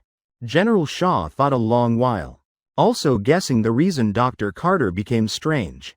Perhaps during treatment for him, she'd suffered severe psychological trauma, making her doubt her own medical skills. Whether she could still save people. He frowned, then asking, I know you're sharp-minded. Is there a way to help Dr. Carter? America really needs someone who can push medicine forward like that. Consider it me begging you. Now is peacetime. My generation, all battles that needed fighting are fought. I think now I'm not as important as a genius who can push our nation's medicine forward. Tiger Shaw interjected. Wasn't it just getting scolded a few times? Back in the unit, I even fought with that damn battalion commander. But fighting is fighting. Out on missions, we could still trust each other to watch our backs. I looked at Tiger Shaw, surprised. My God, never expected you were once a genius too. Helping Grace overcome psychological demons didn't mean I'd forgiven her. Moreover, out of gratitude, she might feel even more guilty toward me. General Shaw frowned, asking, how come I never knew? You fought with the battalion commander? Tiger Shaw's mouth twitched, quickly forcing a smile. No. Was a friend of mine. General Shaw snorted. A friend? Add 20 more miles then. Hearing that, Tiger Shaw quickly slapped his own mouth twice. You grandfather and grandson are talking. Why am I butting in? I glanced at Tiger Shaw, smiling smugly. Then saying, General, Uncle said it was his friend's matter. We have no evidence to prove otherwise. Can't let personal feelings affect national development. As for third sister, let me think of something. General Shaw patted my shoulder, looking at his biological grandson, face full of pride. See, Ethan knows how to think. Then look at your sorry state. Fine, since Ethan spoke up. Those 20 miles are waived. Tiger Shaw nodded vigorously, praising, right. Big nephew speaks righteously. I'll definitely study hard. Work to improve ideological awareness. Looking at me, he sighed inwardly. Later, when accepting me as biological grandson, my position will drop even lower. I started thinking how to help Grace escape that psychological fear. In the original plot, Drake was once injured in a fight, fainting on the spot. Without timely emergency care, he could have died from blood loss. To save Drake, Grace had to pick up the long-abandoned needle set, finally successfully saving him. I looked at my small thin hands, then down at my legs, continuously shaking my head. My life is precious now. Can't risk it like that. Not worth getting mentally damaged myself, just to pull Grace out of trauma. Moreover, so many skilled traditional doctors around. Perhaps she'd seek out someone else first. I thought a while, suddenly remembering the emergency room at the main traditional medicine hospital. Patients brought there were all in critical condition, just needing to encounter a life-threatening case. With no other doctors around, Grace would be forced to act herself. Then I could stand beside observing, both preventing other doctors from interfering and supervising to ensure patient safety. Can't help Grace with psychological healing while endangering others. After finalizing the plan, I stood up, leaving the hospital room, going to the medicine preparation room. At this moment, Grace was brewing plum juice, her eyes vacant, staring at the flickering stove flame, as if lost in thought. "Sister, is the plum juice ready?" My deep voice startled Grace. She looked around, then quickly grabbed the cleaning cloth on the stove, continuously wiping the table. "Ethan, you're leaving?" I was about to reach to lift the pot lid to check the plum juice, when I quickly stepped forward, grabbing her wrist. "There's a cloth. Why use bare hands?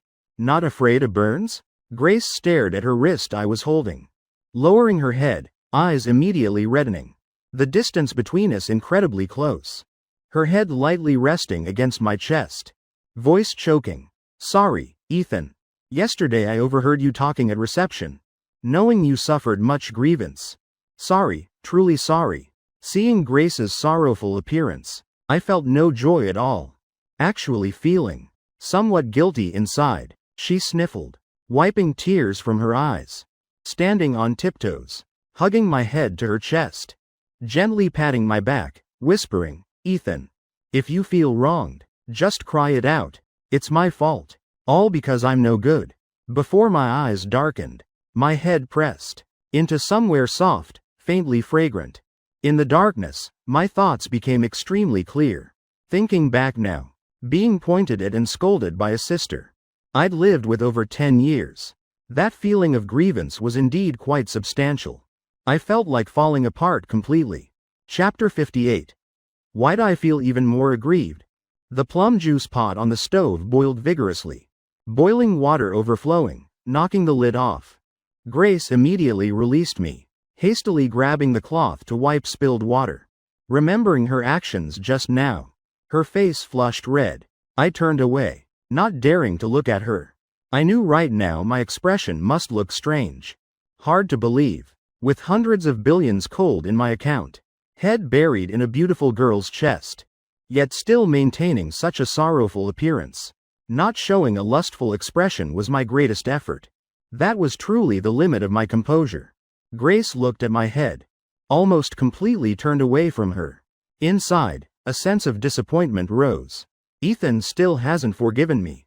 I just forcibly hugged him like that. Probably only made him angrier. I took 2 deep breaths, adjusting my emotions, preparing to find a way to lure Grace to work at the main traditional medicine hospital's emergency room. Just turning around, I saw Grace's eyes reddened, her whole person looking about to shatter. I scratched my head, confused. Honestly, why did she look so aggrieved? Even hugging a pig's head wouldn't be this distressing. I searched through the original owner's memories. Grace had always disliked the original owner. After all, the original owner refused to study, relying on parental favoritism, causing the Carters many troubles. So now she both hated me and felt she had to apologize. So she felt this wronged? I frowned. If Grace didn't like me, then I had no reason to shamelessly cling to her. Dr. Carter, Come with me to the main hospital's emergency room.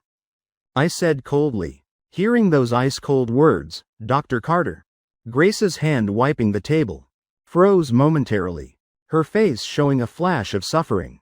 She nodded slightly, adding ice cubes to the plum juice pot. After cooling, sealing it and handing to me. Seeing her appearance now, I suddenly felt uncomfortable, like seeing myself before transmigrating. That feeling of clearly hating someone, but having to try pleasing them. Whatever. Can't tease, then avoid. After General Shaw recovers. Best not to see Grace again. I thought silently. Both of us left the Healing Arts Center, walking straight to the main hospital's emergency room. Unlike the Healing Arts Center, where the air carried light sandalwood fragrance, at the main hospital, the strong smell of disinfectant filled the air. Though today was a normal workday, the number of patients seeking treatment was still crowded. Everyone wore tired, worried expressions. Hey, Director Lee, I'm feeling unwell today, so came to the hospital. No problem at all. I brought my laptop. The proposal you need, I'll send it in half an hour. No, 20 minutes is enough. Mom, I know my own body. A few more days and I'll be fine. These days in the fields we need to plant rice. Can't delay farm work. Working the fields all year. Still need to save money for me and Nee's schooling. Doctor, this imported medicine costs $20,000 a bottle. Will it really cure me? Or prescribe more ginseng, deer antler and other tonics? Lately I just feel weak. Not as strong as before. The hospital most clearly displayed human disparity. Some people spared no expense for health. Others could only sigh hopelessly at hospital bills. Hearing surrounding patients' conversations, I couldn't help sighing softly. Before transmigrating, I lived just at average level, but witnessing life's hardships each time, felt sympathy rising inside. I glanced behind, seeing Grace silently following me. Just hoping, this afternoon we encounter a truly critical case. Taking that chance, to help Grace overcome psychological trauma soon. Then quickly refocus on her passion for traditional medicine, thus pushing the entire traditional medicine field forward. Compared to Western medicine's expensive imaging and tests, traditional medicine just needed looking, listening, questioning, pulse taking. Much cheaper costs. Moreover, in treatment, traditional medicine's treatment costs were also much lower than Western medicine. If traditional medicine developed stronger, ordinary people would reduce medical burdens. That would be extremely beneficial for everyone. Both of us entered the emergency room. At this moment, an old traditional doctor was holding candy, coaxing a child with a dislocated arm. While the child was distracted by the candy, he quickly snapped twice. Before the child realized, the arm was already reset perfectly. Doctor, how much does this cost? The child's parents asked. The old doctor shook his head, no charge. Then called the next patient in. Dr. Zhang, a patient wants you to come examine them with me. I spoke up. Grace looked at me in surprise. The patient Ethan mentioned. Is General Shaw? If so, then no more chances to see Ethan. Just now I treated him like that. He must hate me now. Probably doesn't want to see me anymore. Grace bit her lip hard. Both hands clenched into fists. Dr. Zhang frowned, unhappily saying, I can't go. Still many patients here. I pouted, answering, no problem. I brought Dr. Carter here. Let her substitute for you briefly. That patient is quite important. Just follow me first. Dr. Zhang glanced at Grace, nodding slightly at her, then following me out. While Grace sat alone in the emergency room, I quickly explained the reason to Dr. Zhang. Really sorry. Actually, Dr. Zhang has no patients at all. It's just my third sister. Once nearly caused a medical accident. Since then doesn't dare examine anyone. Dr. Shirley knows my sister's medical ability. Someone talented self-sealing themselves is just wasting their own abilities. So I want to ask doctor to cooperate with me.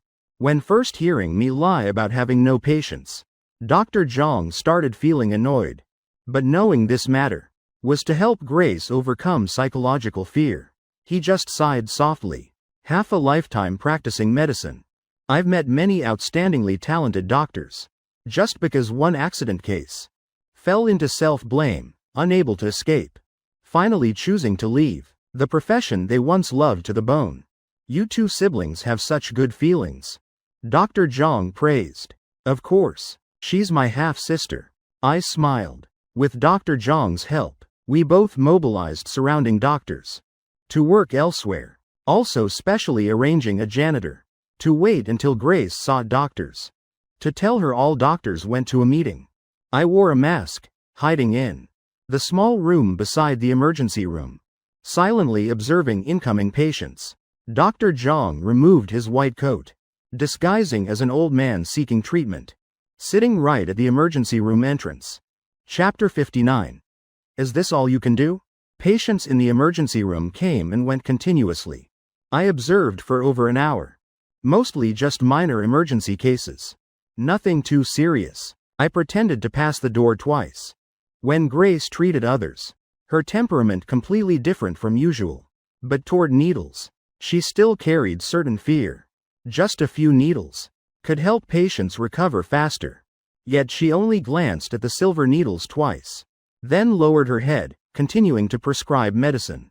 Dr. Carter, your condition is quite serious, Dr. Zhang said. I nodded, apologizing softly. If today, still no emergency cases, then the next few days will trouble doctor again.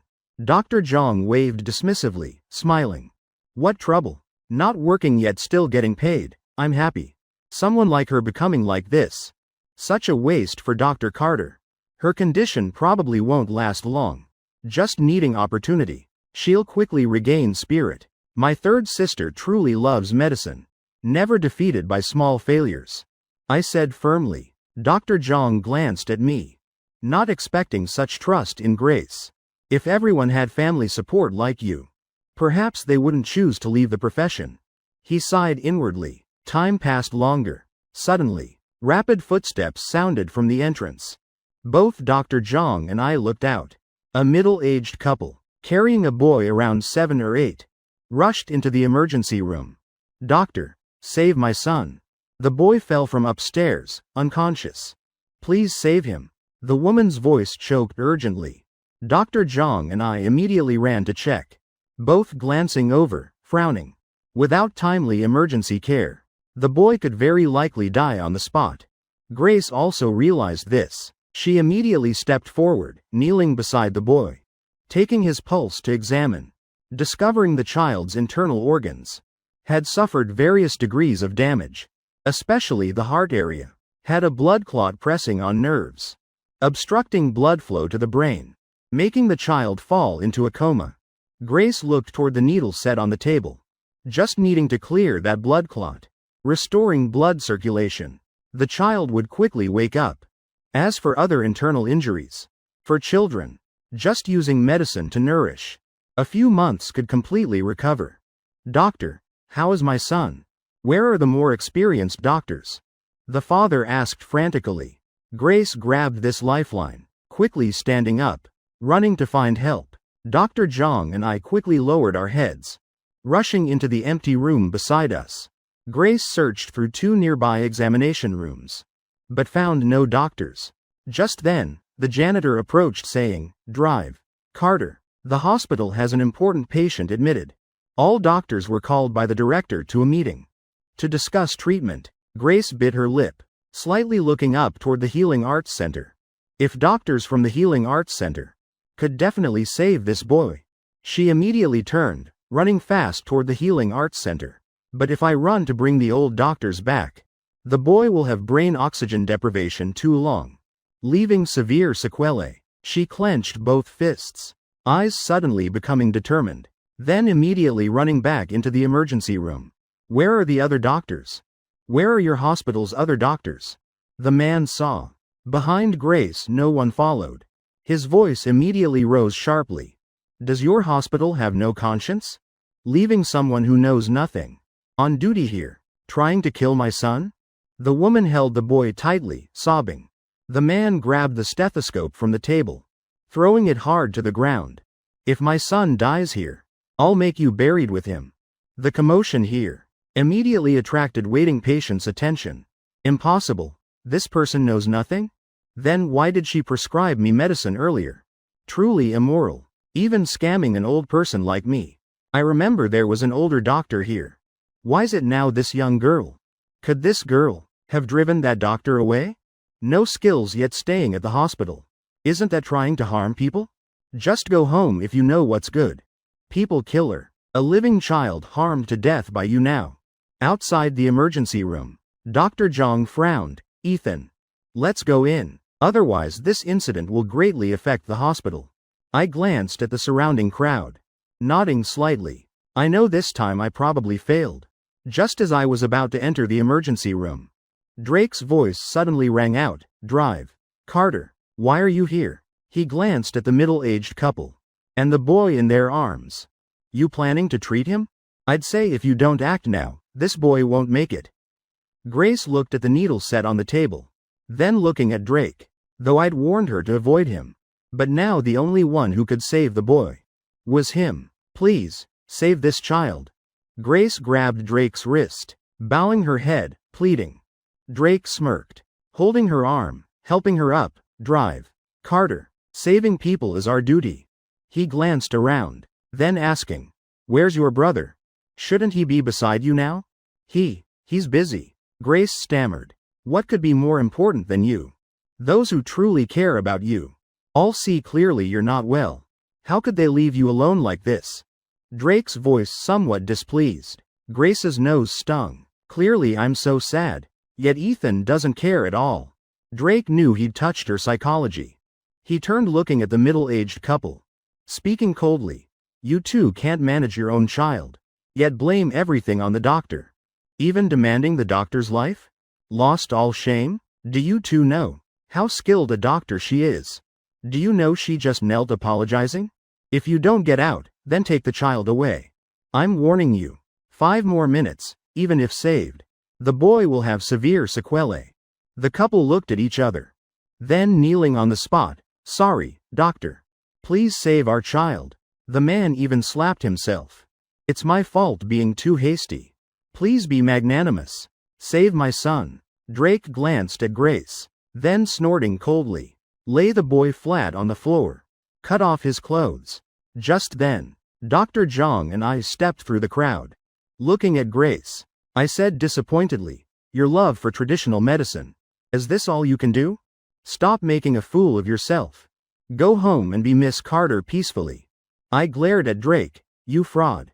Last time nearly crippled someone. Still dare come to our hospital? Want to kill this child too?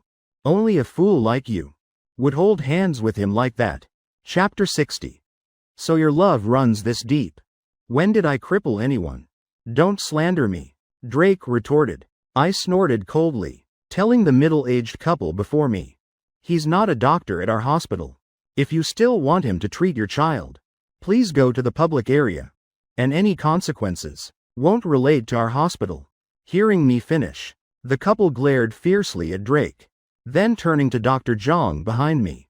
Pleading, Doctor, please save our son. He fell from upstairs unconscious. It's been too long. Dr. Zhang sighed softly. Ethan. Seems you trusted the wrong person. When a patient's life hangs in critical balance. Yet the doctor lacks courage to act. No matter how skilled, it's useless. He turned looking at Grace. Once a medical genius, now reduced to this haggard state.